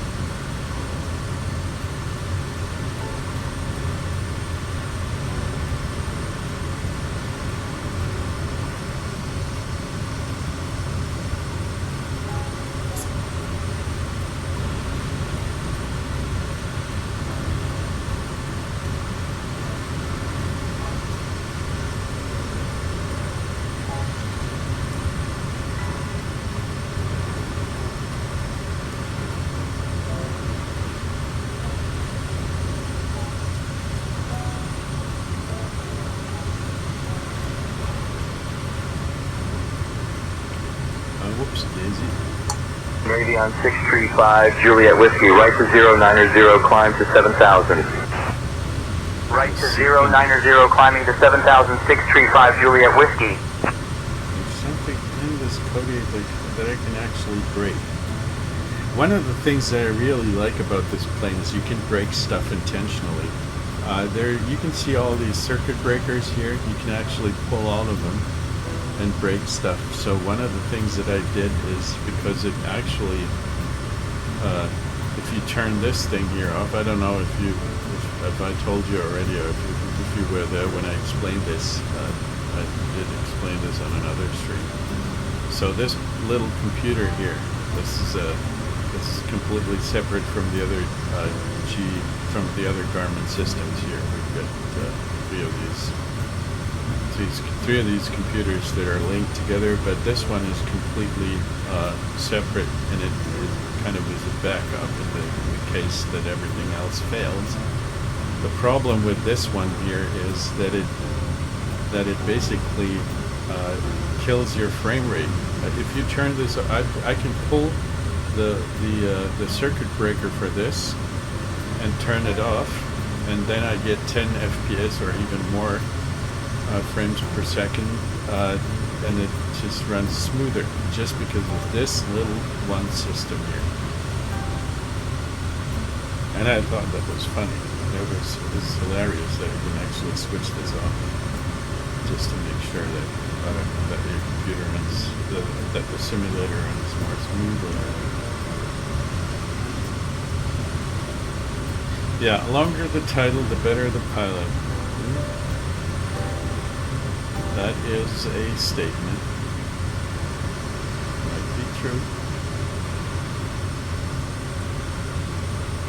Then I'm probably not a very good pilot because my defrag dad nickname is pretty short.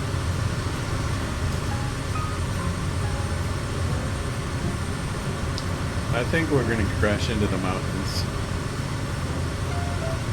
That's a nice end. I don't want to have a heart attack. I just want to crash into a mountain. That's all right.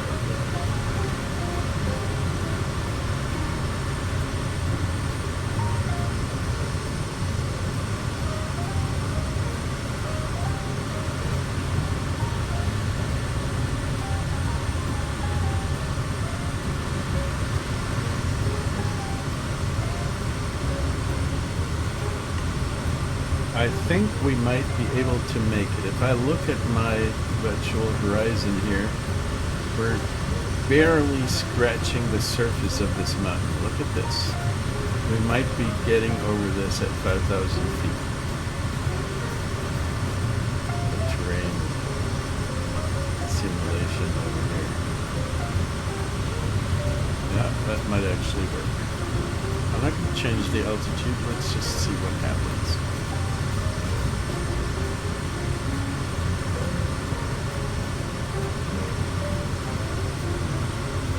But in the end, I'm going to pull down into the mountain by some mean downdraft. That might happen.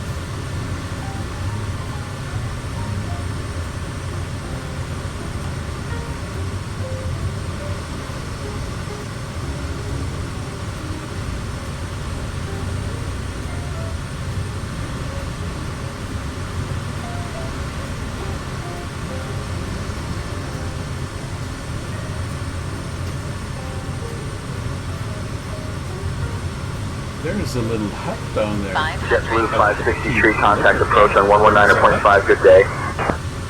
119.5, good day, JetBlue 563. The view from up there. JetBlue 730, Anchorage Center, good afternoon.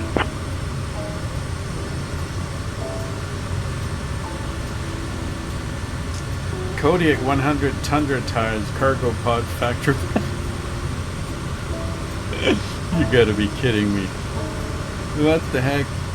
It's literally, that's the entire designation for this. That is the, I mean, that's the configuration of the plane that I'm using inside the simulator. Tundra tires, cargo pod factory. Of course. Why not?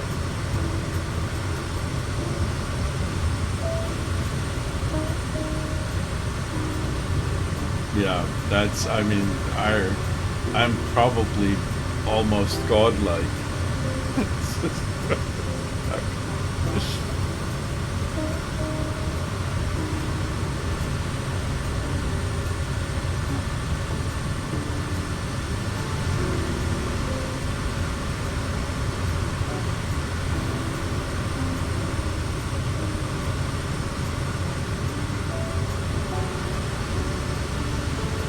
Oh, it is so nice here.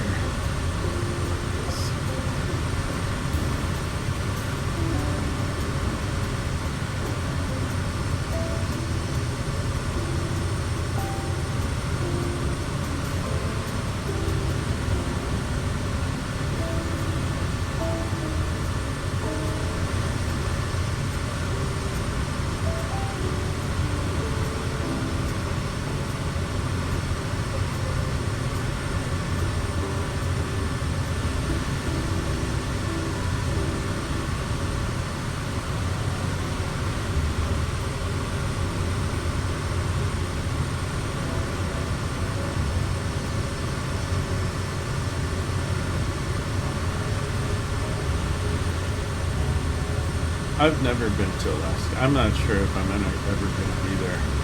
I've been to North America, of course, but not to Alaska.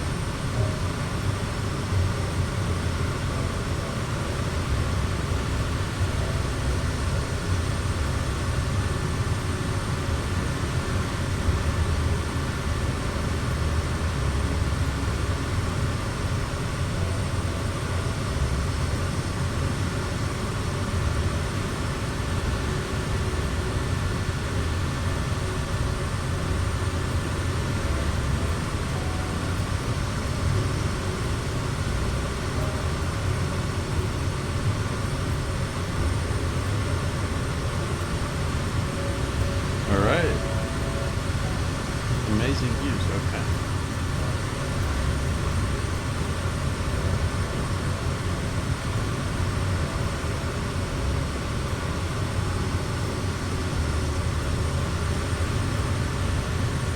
Yeah, but I mean, I would, there are so many, that actually this is one of the most, this is one of those few games where it's really a joy to make screenshots because there is so much to see and there are so many great views and some of it actually looks pretty realistic.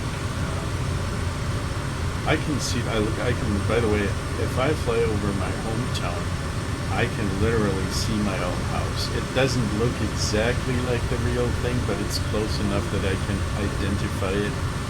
And I can see the streets and all my neighbors. 1210, fly heading 280, descend and maintain 5,000. It is 280 down to 5,000, FedEx 1210. In some areas, that's really, that is awesome. Hey there, Killian. How do you do?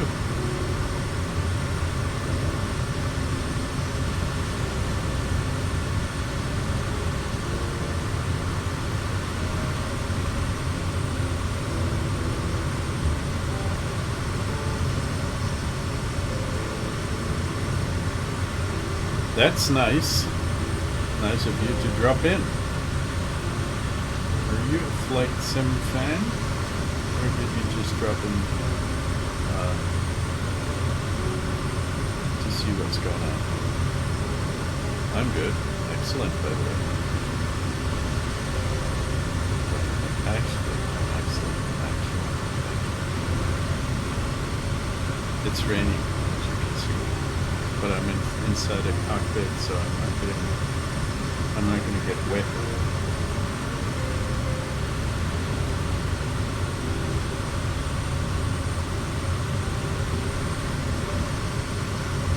Yeah, the nearest airport, what do you mean by that? Are you gonna land? You're from Germany. Guten Abend.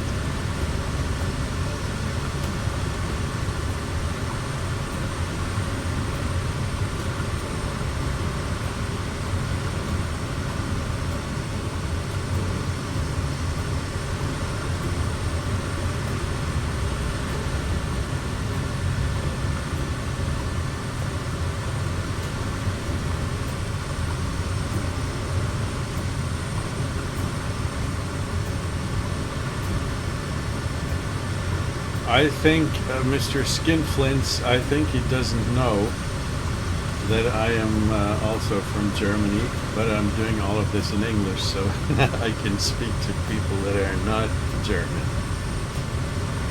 I live in Germany as well, but I'm talking in English because I want to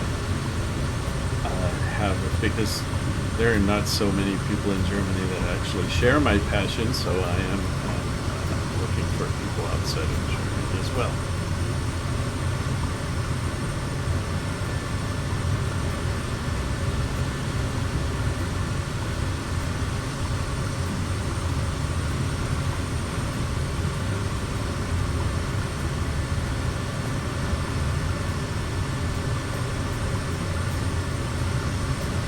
Just said that you don't have something to play on, which basically I used to be a real well, I'm not calling this being a real pilot. I did have a license for gliders. I'm not actually I haven't been flying in years, so I'm not a real pilot.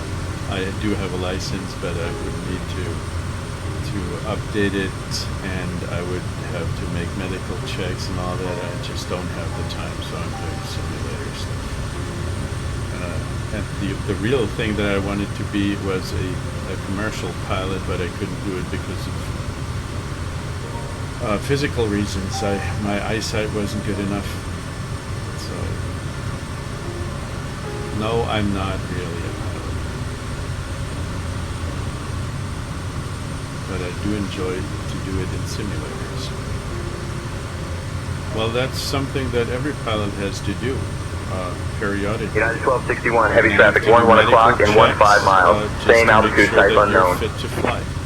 Traffic in sight, United 1261. Because of my eyes. My eyes are, I'm short-sighted, and when I was younger, I mean, I'm 47 years old, so I wouldn't start a career now, but because I mean, it would end after a couple of years, because I'm not sure what at what age you'd have to actually stop flying. I think it's 63 or something in Germany. But your dad is a commercial pilot. Excellent. So you know your way around all of this. I envy him.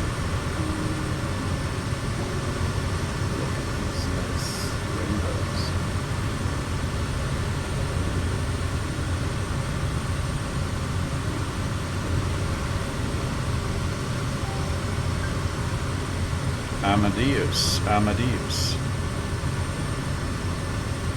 Am I your man?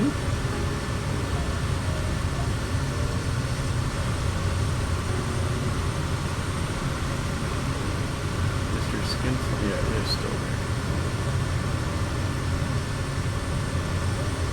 there. We'll go to smell now. I think you're gonna go to bed right now. Well, you can go smell your bed. That's all right with me. I hope it smells good. Take care. Thanks for joining in.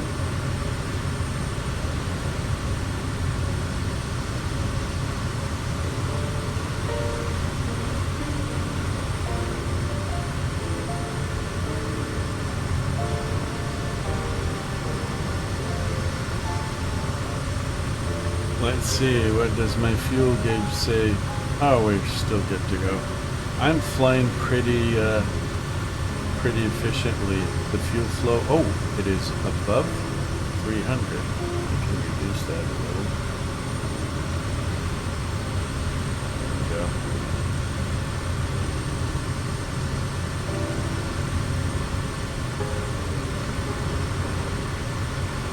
Look at these rainbows. I don't know if you see them, Skin, but I mean, it's not really raining here, but I can see a lot of rainbows all the time.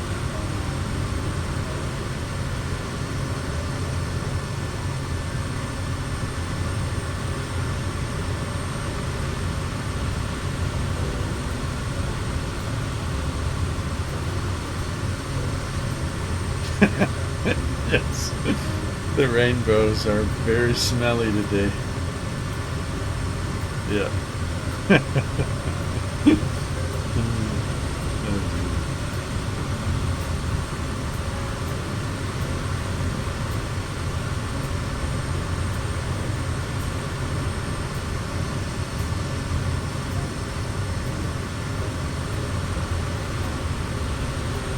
What is this? That skin down here looks weird. That's some kind of bulk. I don't know. Is that some kind of oak? Sometimes Trega art loses track. That's some kind of volcanic structures.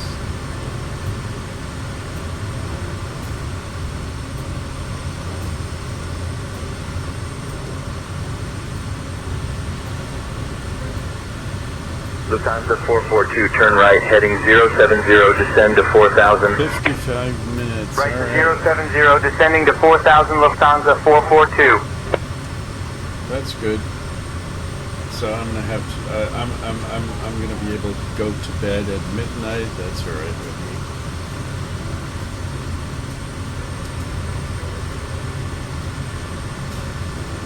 Look at these glaciers there.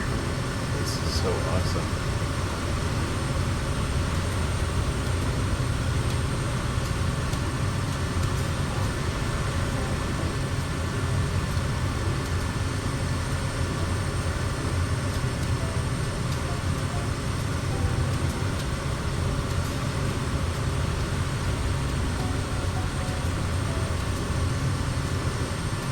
I should put on the landing lights again, dude. We're below... I always forget that.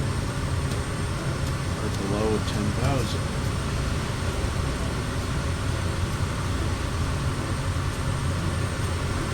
Whoops, easy. What is this?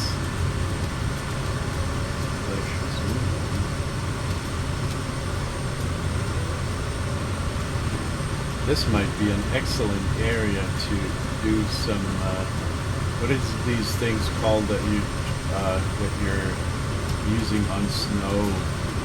This, I don't know, some kind of scooter that you're driving on snow. Ski-doo or something like that.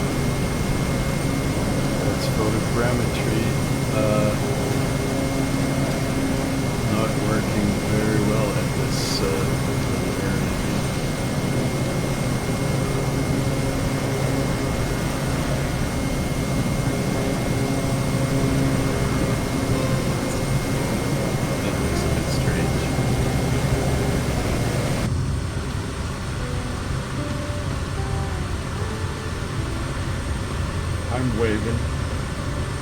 I can actually see the head. Do you happen to have a co-pilot?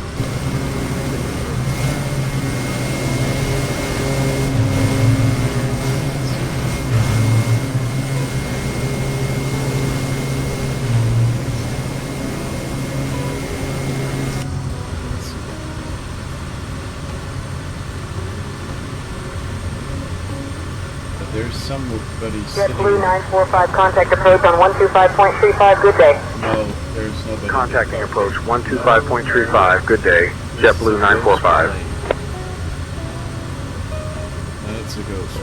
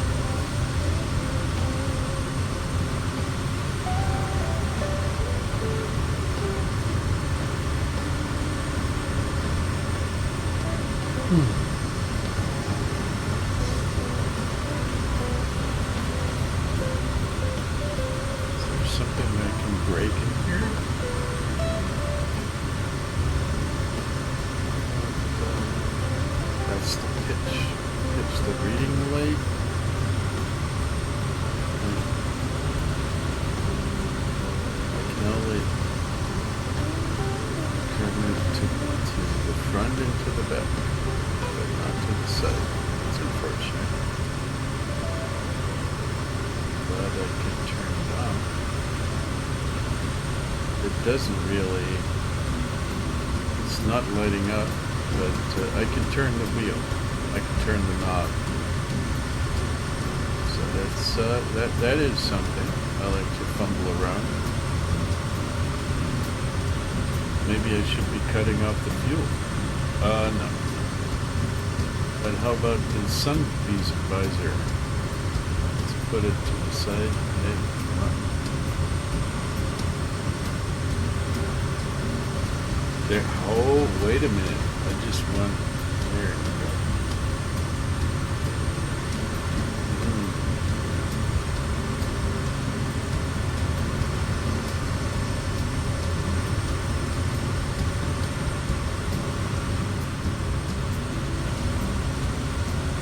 Dear passengers, you can see the monster mud hole down there.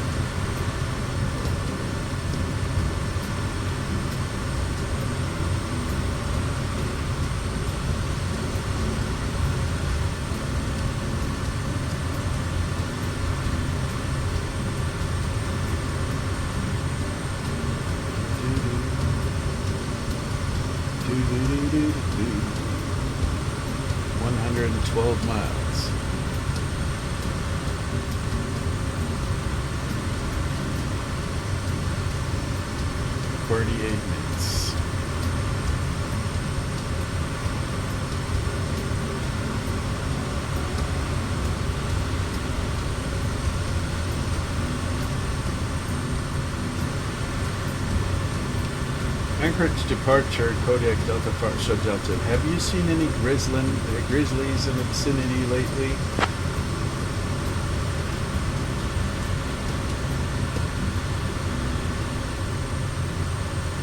Kodiak Delta Foxtrot Delta, no grizzly bears reported in the vicinity.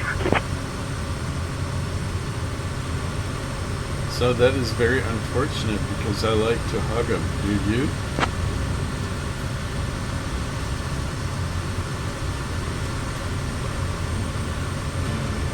Kodiak Delta Foxtrot Delta, I prefer to keep a safe distance from grizzly bears. Anything else I can assist you with? Not currently, but thank you very much for asking.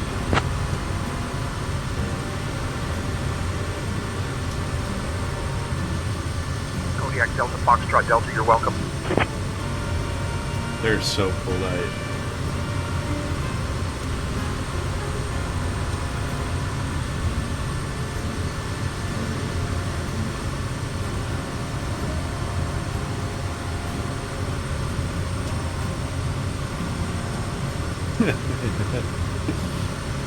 That's true. I love grizzlies. I haven't personally encountered one yet, but I think they're sweet and quite awesome. I share their passion for salmons. Yeah, I mean, at the end of the day, we're going to have fired the entire ADC crew. What we're going to do with them remains to be seen, but I mean, they're not really fit to do their job. That's for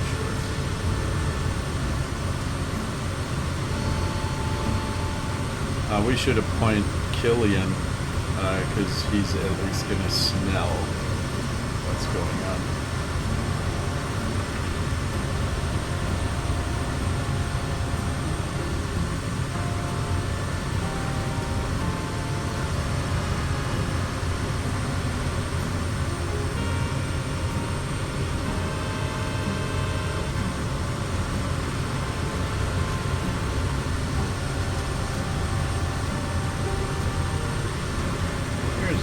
Beach down there.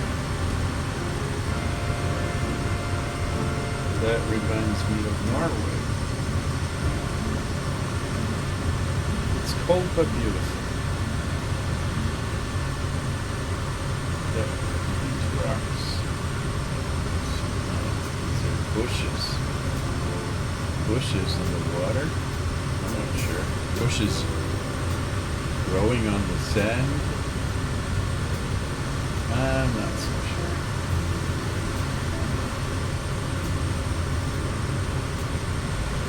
That's far the bushes too. They're not competent enough.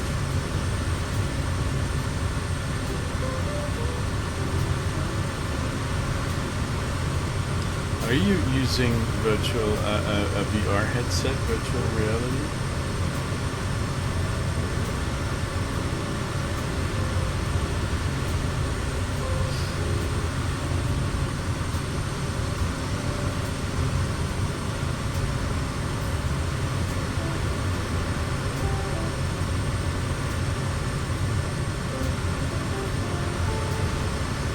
Obviously, I'm not using it either, but I would want to. I have in my office, we do have a Meta Quest 3 just for shits and giggles, and to make, if we have clients at our office, I'm going to put the Quest onto their heads and make them barf their meals. But I tried to do VR with flight simulators. I first tried it on DCS and then on the flight simulator. The problem is, first of all, that at that time when I tried to do it, I didn't have the hardware that was good enough to really give you an immersive experience. And the other thing is, I'm puking my heart out Climbing to because 10,000, resuming own navigation. Mooney 10, Bravo, Mike. There's always this discrepancy between what your eyes see and what your body feels, and this motion sickness kind of thing, or VR sickness. I don't know. I'm not sure what it's called, but it is. It's there when I try to use it. I cannot use it for longer than a couple of minutes. That's unfortunate because I think that the immersion is really, really great, but I'm just not able to use it. Otherwise, I would be constantly visiting the bathrooms.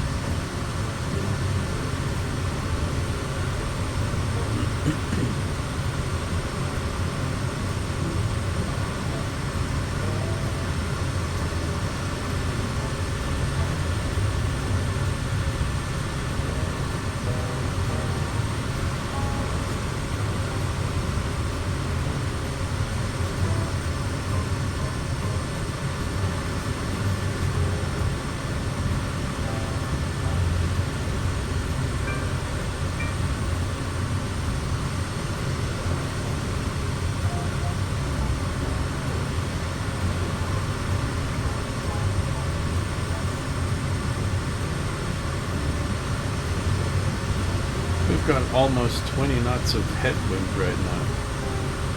We're pretty slow. 138 knots ground speed, I think. Yes.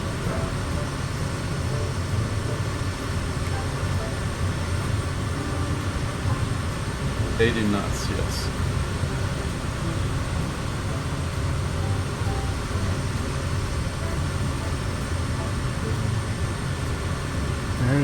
even a setting, I think, here that where I could actually see this.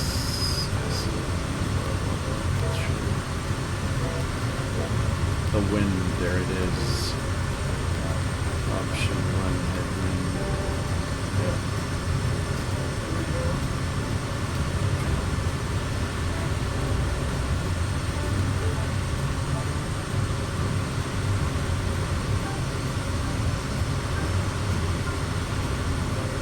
Daisy. Look at the. That's funny. Look at the radar. There is one rectangle here. It's an exact rectangle that is supposed to have no clouds at all. I'm not so sure about this. I'm not sure what's wrong here, but this seems to be a software failure.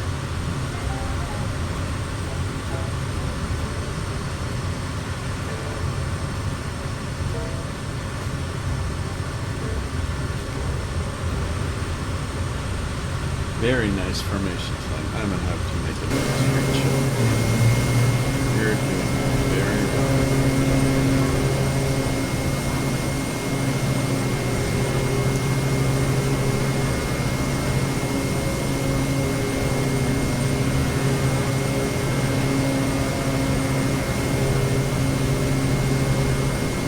I have I've got a Discord server on, and I have a special channel for screenshots. So if you want to share or see what I did, then you're very welcome to join. November 672, Bravo Charlie, climb and maintain 10,000. Climbing to 10,000. November 672, Bravo Charlie. True. A very long title.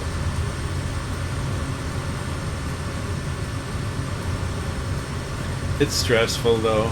This entire flight, it's very stressful because I mean there is so much going on. There's thunderstorms and I don't know, and dragons flying around, and we're constantly being harassed by MiGs. It's difficult being a pilot nowadays.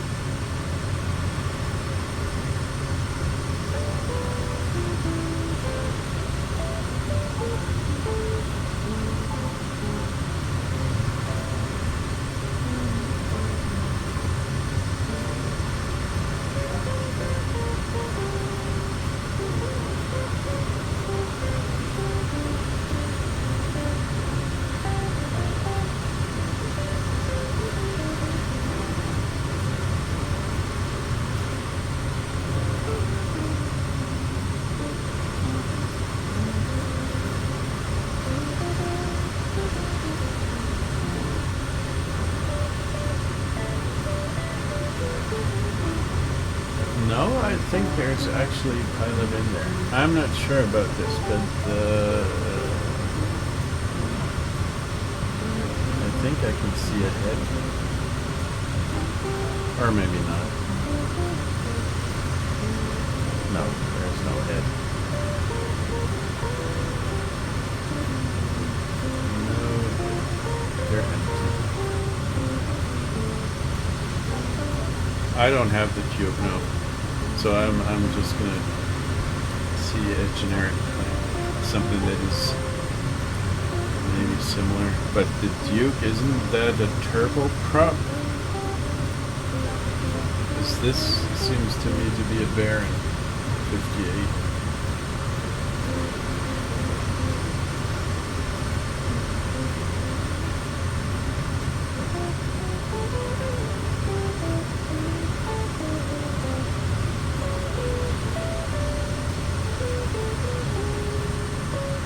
Three Dukes, you mean? For the Purchase? You mean the purchase of the flight simulator?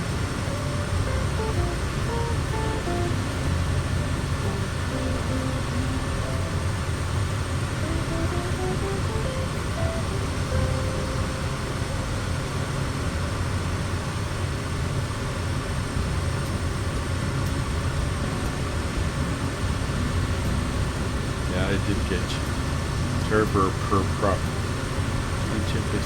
For sale on Just Flight, okay. How much is it?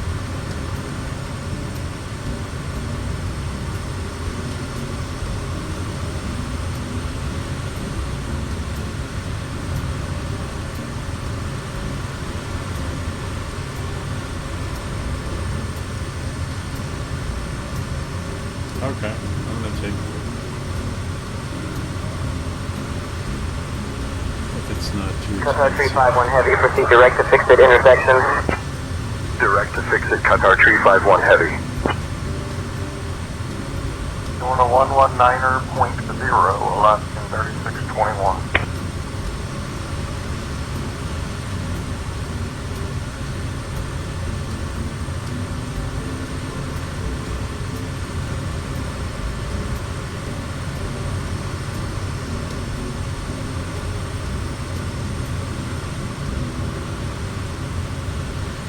What I'm missing here is I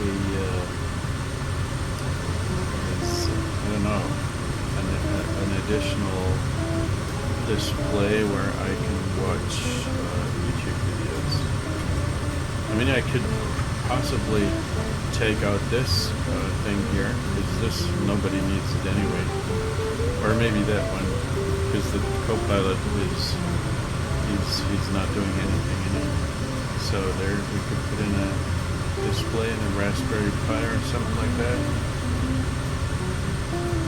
Have a bit of a movie station here.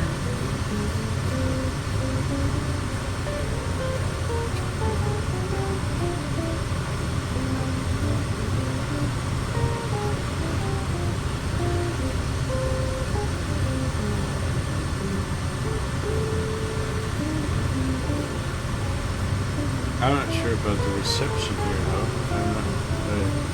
Currently, my mobile phone works quite well, but I mean, if we're going farther down to the south, that might change.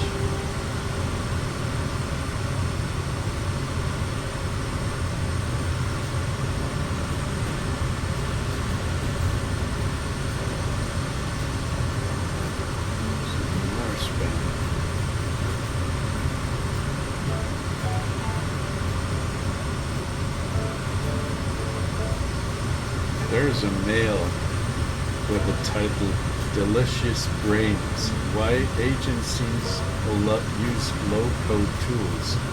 Why are they putting the title that is "Delicious Brains"? What the heck?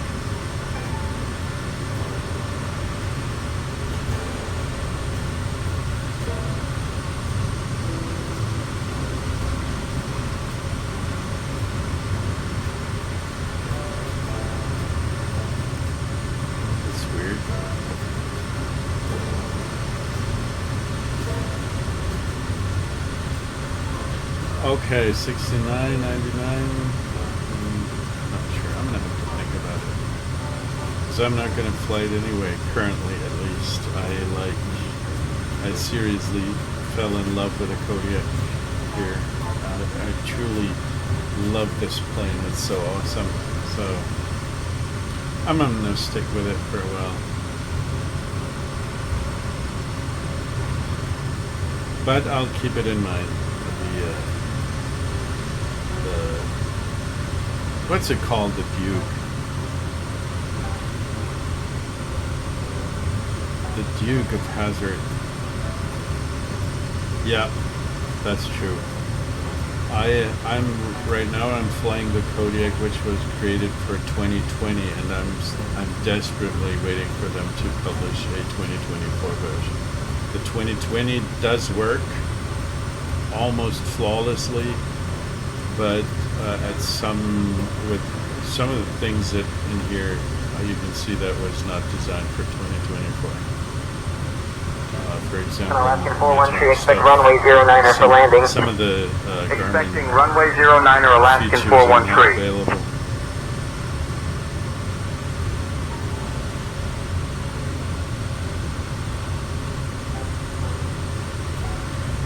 But other than that, I've really had good luck so far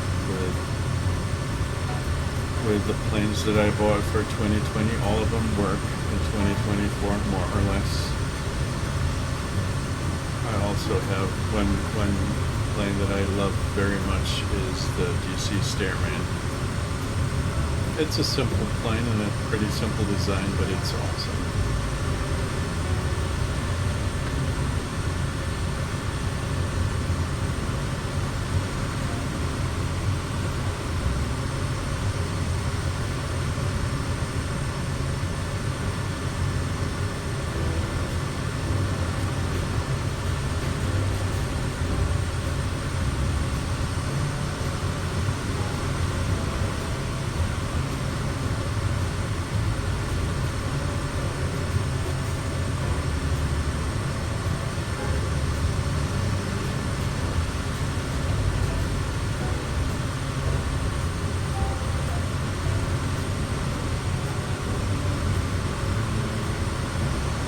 Headwind is getting stronger, 23 knots.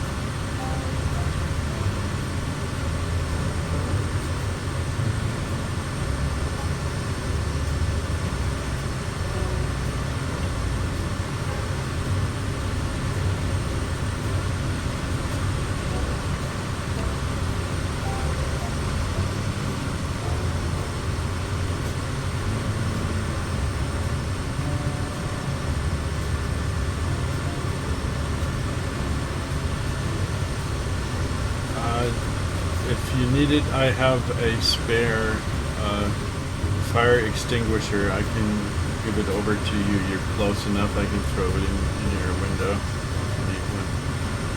These have been, I think they have been certified. They're good. They're pretty good. Should be enough.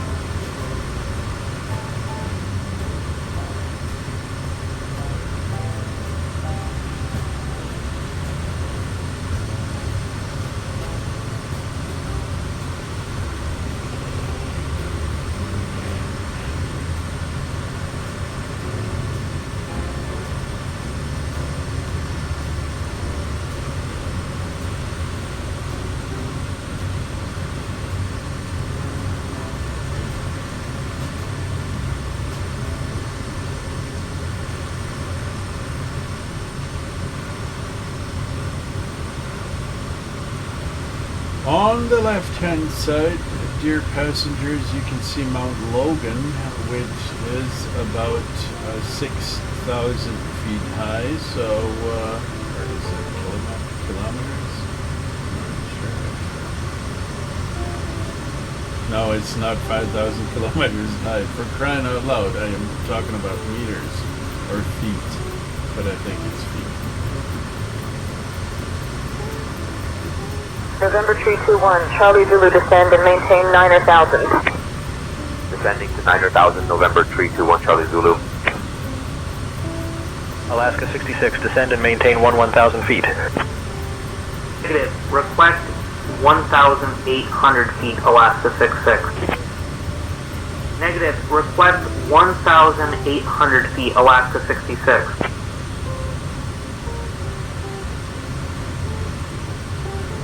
Negative. 1,900 feet, Alaska 66. What is this? Is that some kind of swamp? It looks pretty swampy here and muddy, and it's green. that's something that happens quite often, that you have color due to the fact that there's different satellite. I don't know. The satellite imagery has different color tints sometimes, so you can see. So this area has some kind of greenish hue, and the other, and it's going into the brown right here.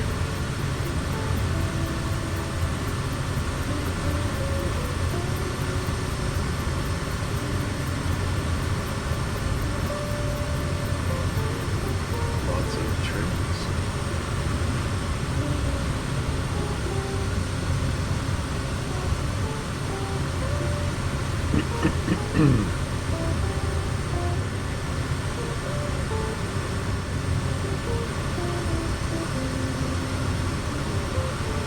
You're still here.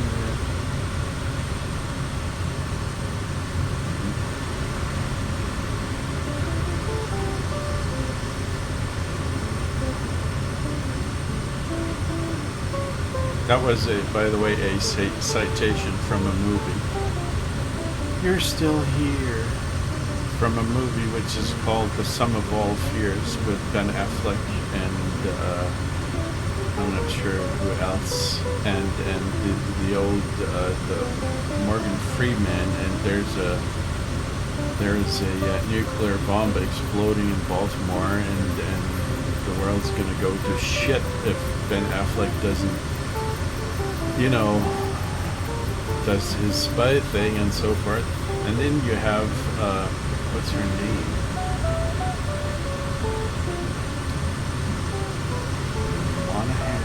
Something like that. She's looking at Ben Affleck like that. You're still here. That's one of the weirder moments of the film.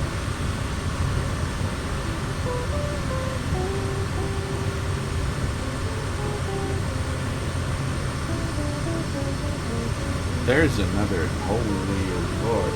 Look at this double rainbow. It is. There are so many rainbows here today.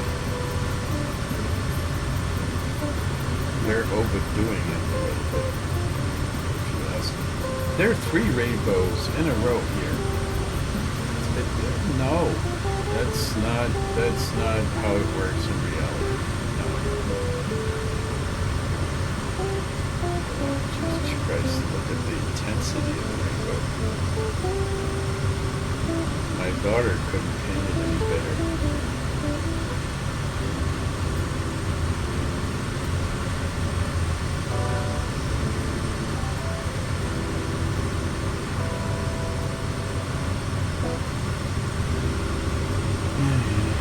If you come any closer, November look at 672, Bravo Charlie, climb and maintain 10,000. I'm gonna have to make a Climbing screenshot 10,000, November 672, Bravo Charlie. Out of your ass, Mr. Skinflitz. Mr. Skinflitz.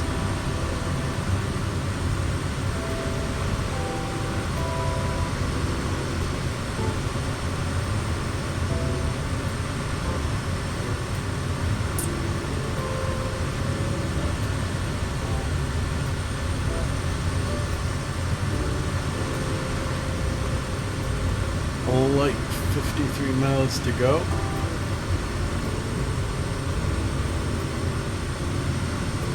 Okay, so the Yakutat is within an area that is that's got a little bit of cloud issue here. Let's see.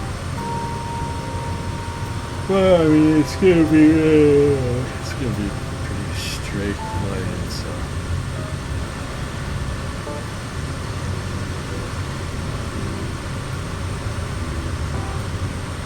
I could try to do ILS. Why not?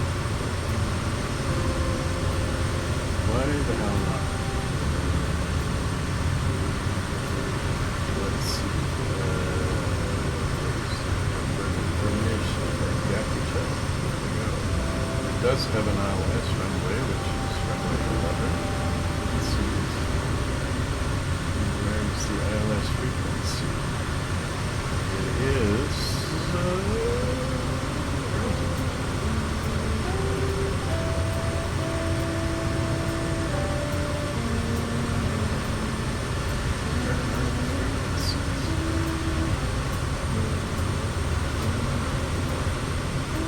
There you go. ILS Cat 1, frequency 111.1.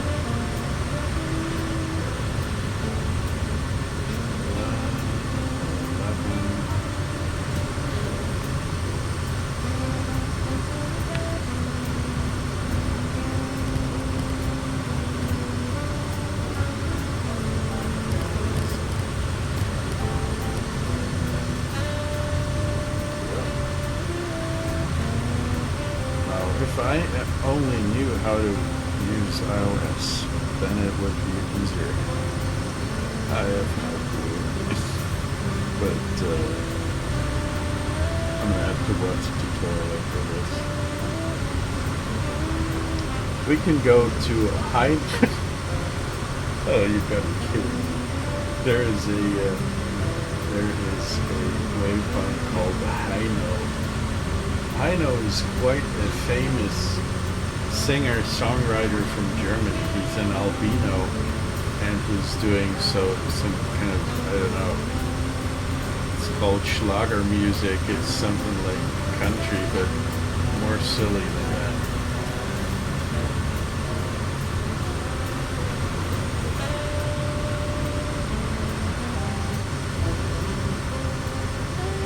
Let's go to Hino.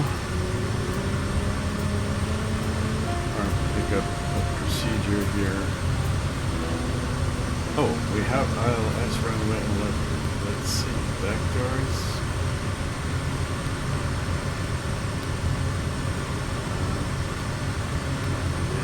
Not approved for GPS. GPS guidance is for monitoring load approach. Why not? Delta 1562, expedite descent to flight level 240, traffic ahead. Expedite descent to flight level 240, Delta 1562.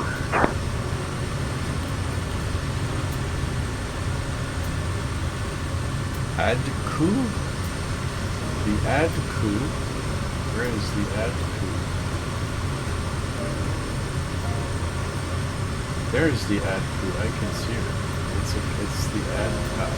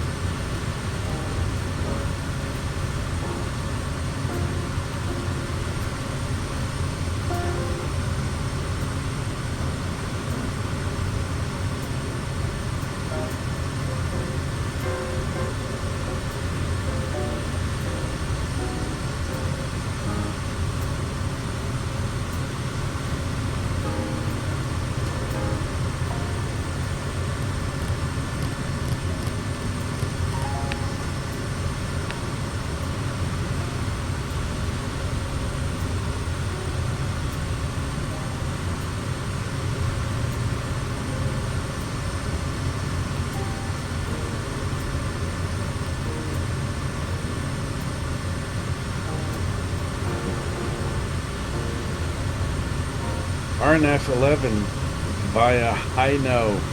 Okay, I'm gonna follow you.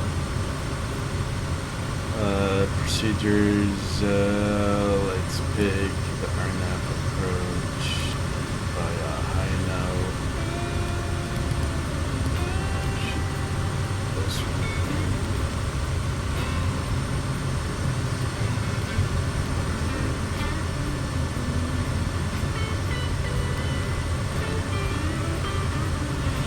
Noah desperately wants to go to add coup.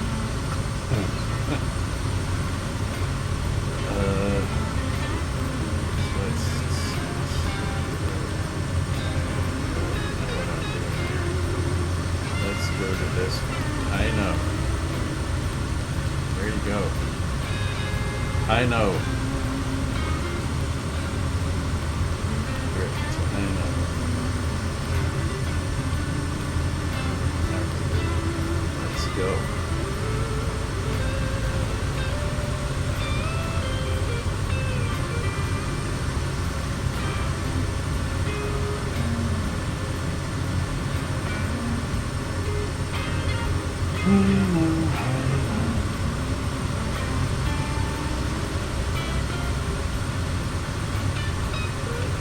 Anchorage Center, Kodiak Delta Foxtrot Delta, frequency change. I'm going to call Yakutat Tower for now. No, we're still a bit too far out, I think. 25 miles? No, that's too, blah blah. Hey, he didn't get it.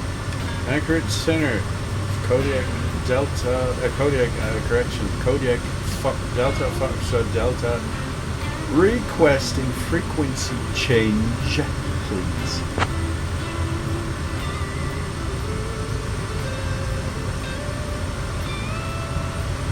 Kodiak Delta Foxtrot Delta, frequency change approved.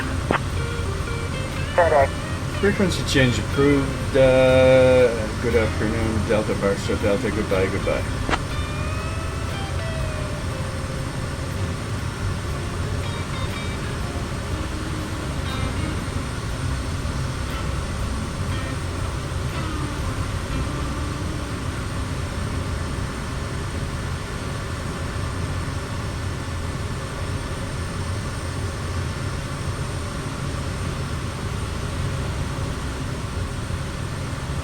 La la la la la la la la.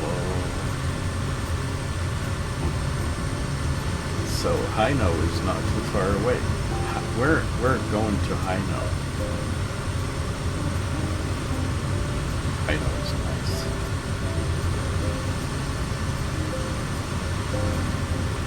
20 nautical miles. That is true. 20.2 nautical miles, because you're ahead of me. So much nice tundra-like,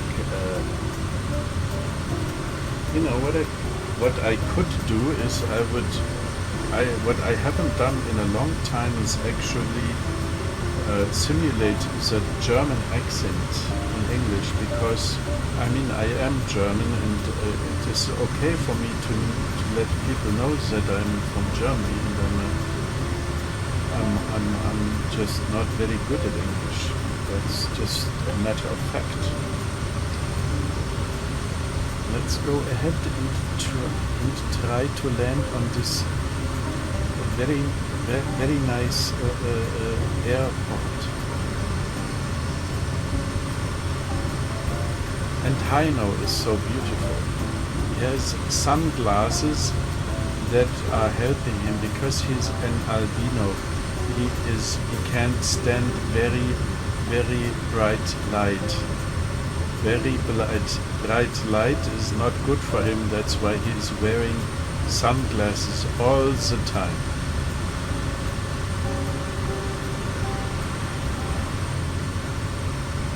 Even in darkness, by the way.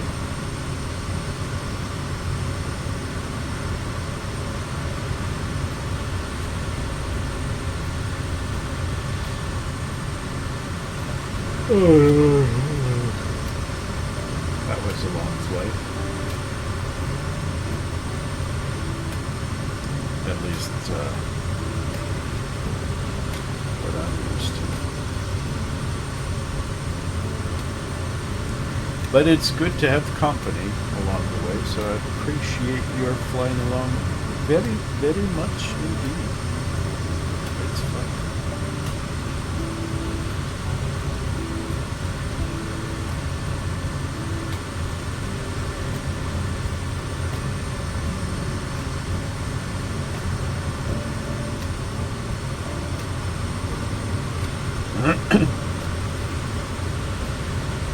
The Maya, what is it called? The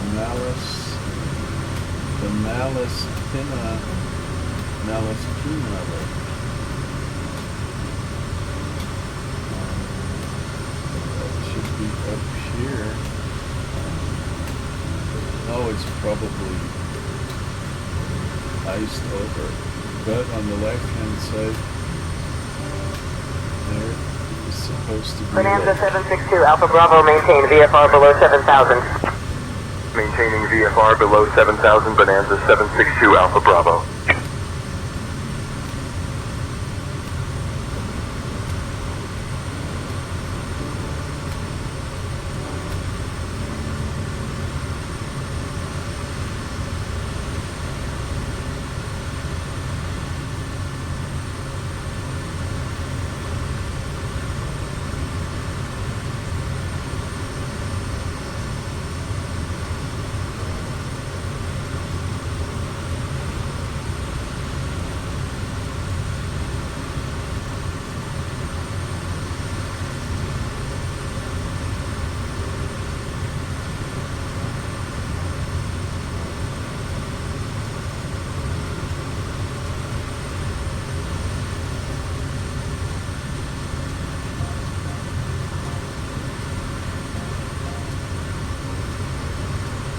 So I'm going to lose some altitude now. Let's give it 1,200 feet.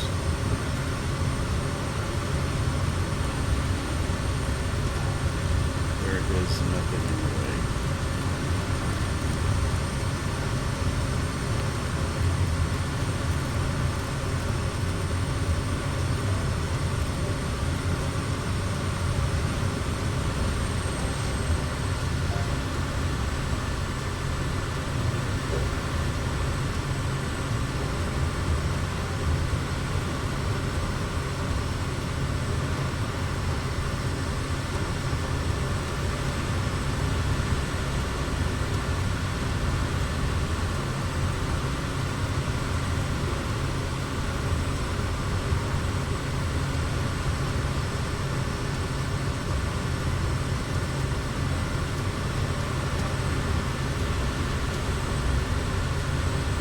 Nice muddy rivers down here.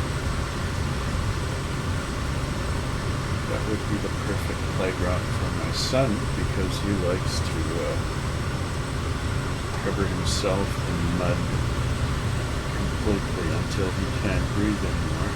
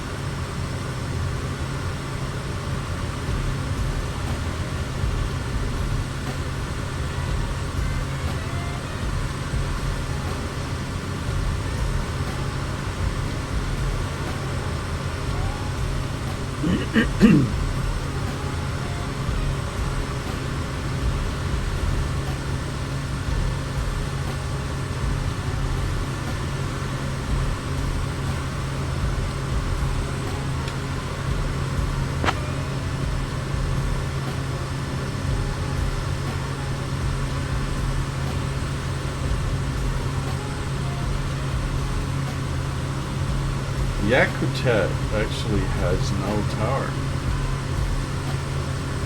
That's curious. It's got a CTAP frequency, but no tower. Look at that.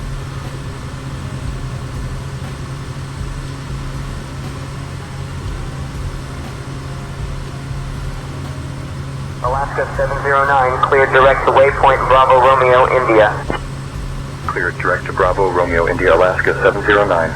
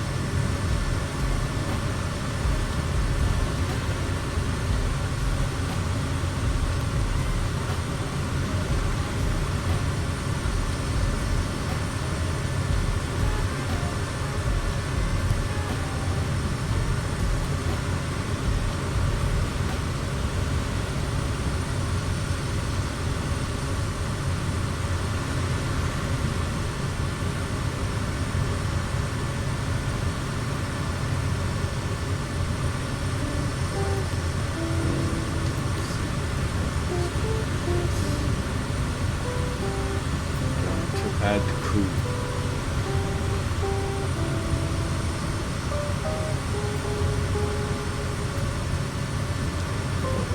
Vectors to funnel, yes. Add crew, 1,300 feet. That's right. I'm at 1,200. I'll leave it at that.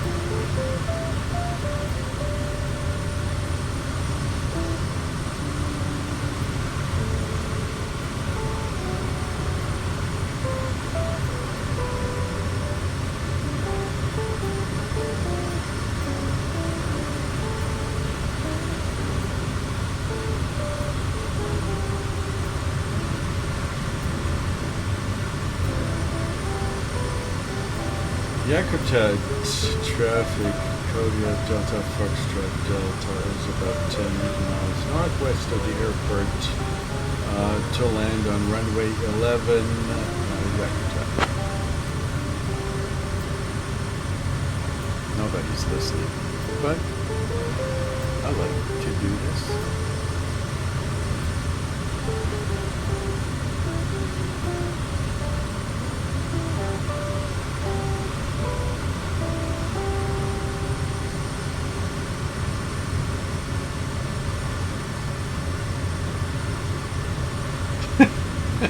Probably. No, he's gone. But the bear is sitting in his chair and wondering what to do. He's hitting the displays with his pawns, and holy fuck, this guy, there's no salmon anywhere to be seen. I can literally imagine the bear sitting there. Archer 230 Bravo, rolling out on runway 14. We'll expedite the exit and make room for you. I don't know if you know, it's probably not very well known in the States, but there is a animated CGI animated series with a grizzly bear and some lemmings, and they're hating each other really quite a lot, and they're trying to kill each other all the time. It's a French production, really, and it's hilariously funny. And I'm imagining this bear from the series sitting in the seat of this air traffic controller, and the bear has he has a knack for salmon on the one hand. On the other hand, he likes marmalade, and what he does is not marmalade, some kind of chocolate cream that you can put on bread, that you can spread on bread, some chocolate spread, and he puts this chocolate spread on his salmon, and he's sitting there and eating with fork and knife, and this guy's sitting right there at the chair at the end of the seat.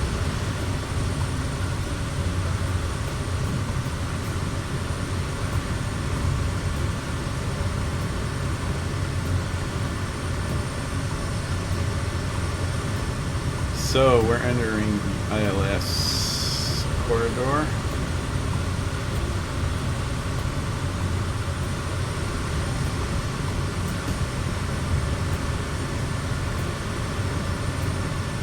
Yakutat traffic, Kodiak Delta Foxtrot Delta is entering final runway 11 to land.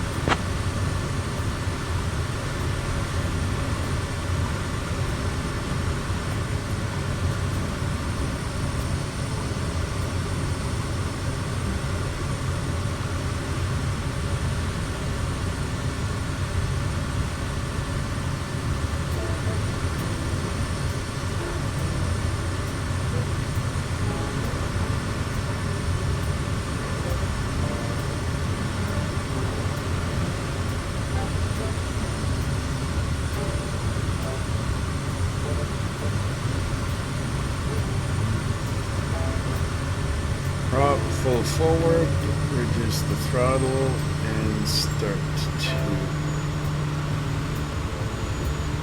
prepare for the descent. There is a bit of, there's quite a bit of turbulence here.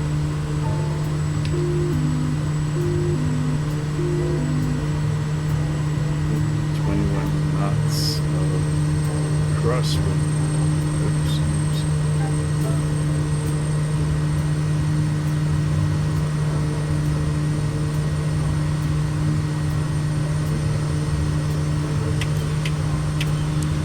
Lower the flaps to 10.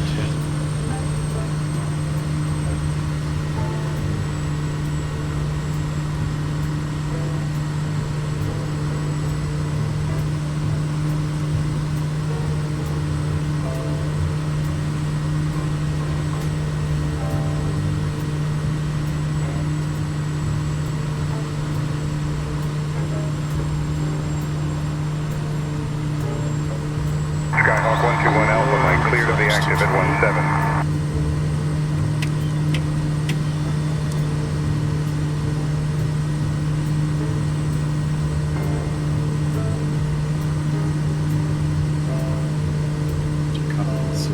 Crosswind, which is quite significant. No, not that much anymore. The lower we get, the less crosswind there is.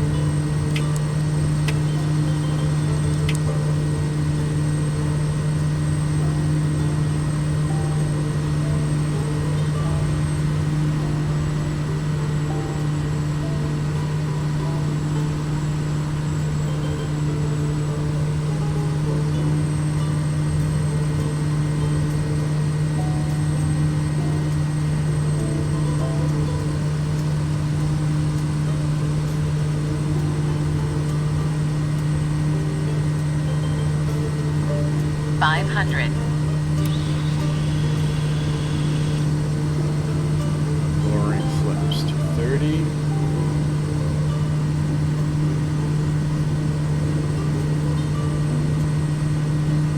We've got quite a lot of headwinds, so it's already drop the approach speed to the 60s.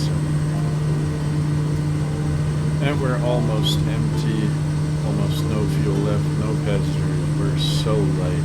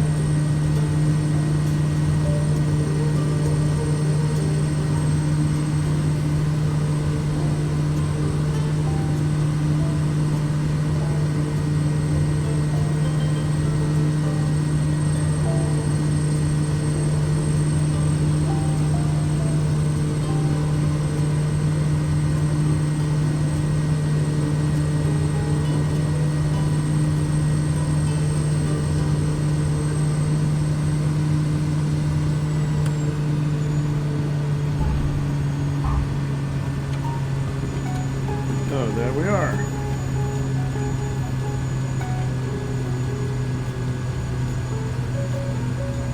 I'm gonna make room for you. Oh, you are on the right. I thought you would go to the left side. So let's turn around because I think the only parking slots that they have are at the beginning of the runway, right? Yes. Twin Cessna 1 Alpha Bravo Tree Echo turning final for runway 19. Raise the flaps.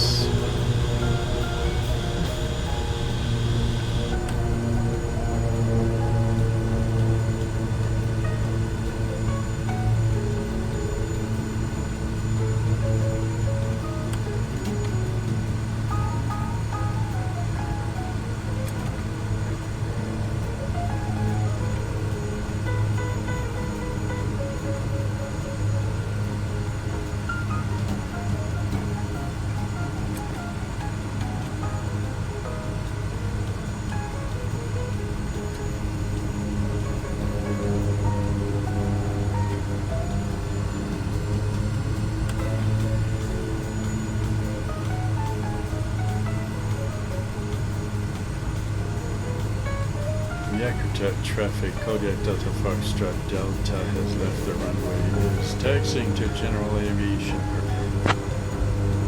So,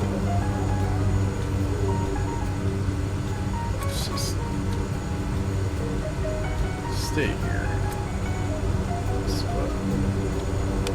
Parking brakes. Turn off the lights. Turn off the pitot heat. Turn it all off. There you go. Turn it all off. You can turn off the generators and the fuel pump and cut it all off.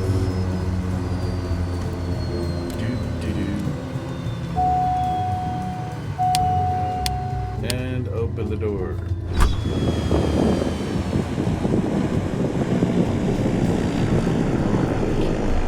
Here, a plane somewhere. It's just powering down.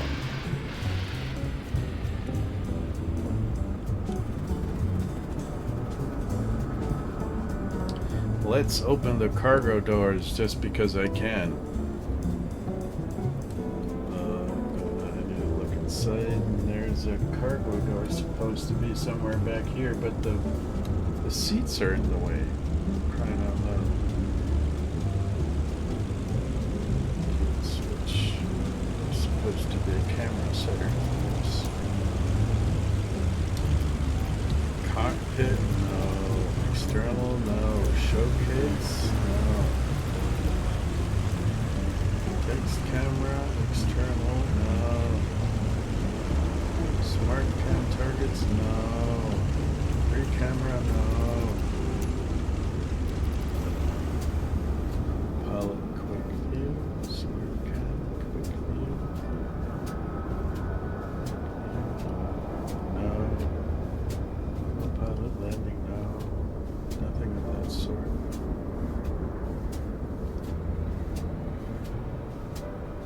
I don't know. I don't care. So. Well, that was that. Where are you? Can't see you. There you are. That was awesome. I'm gonna make a final screenshot just for the memories.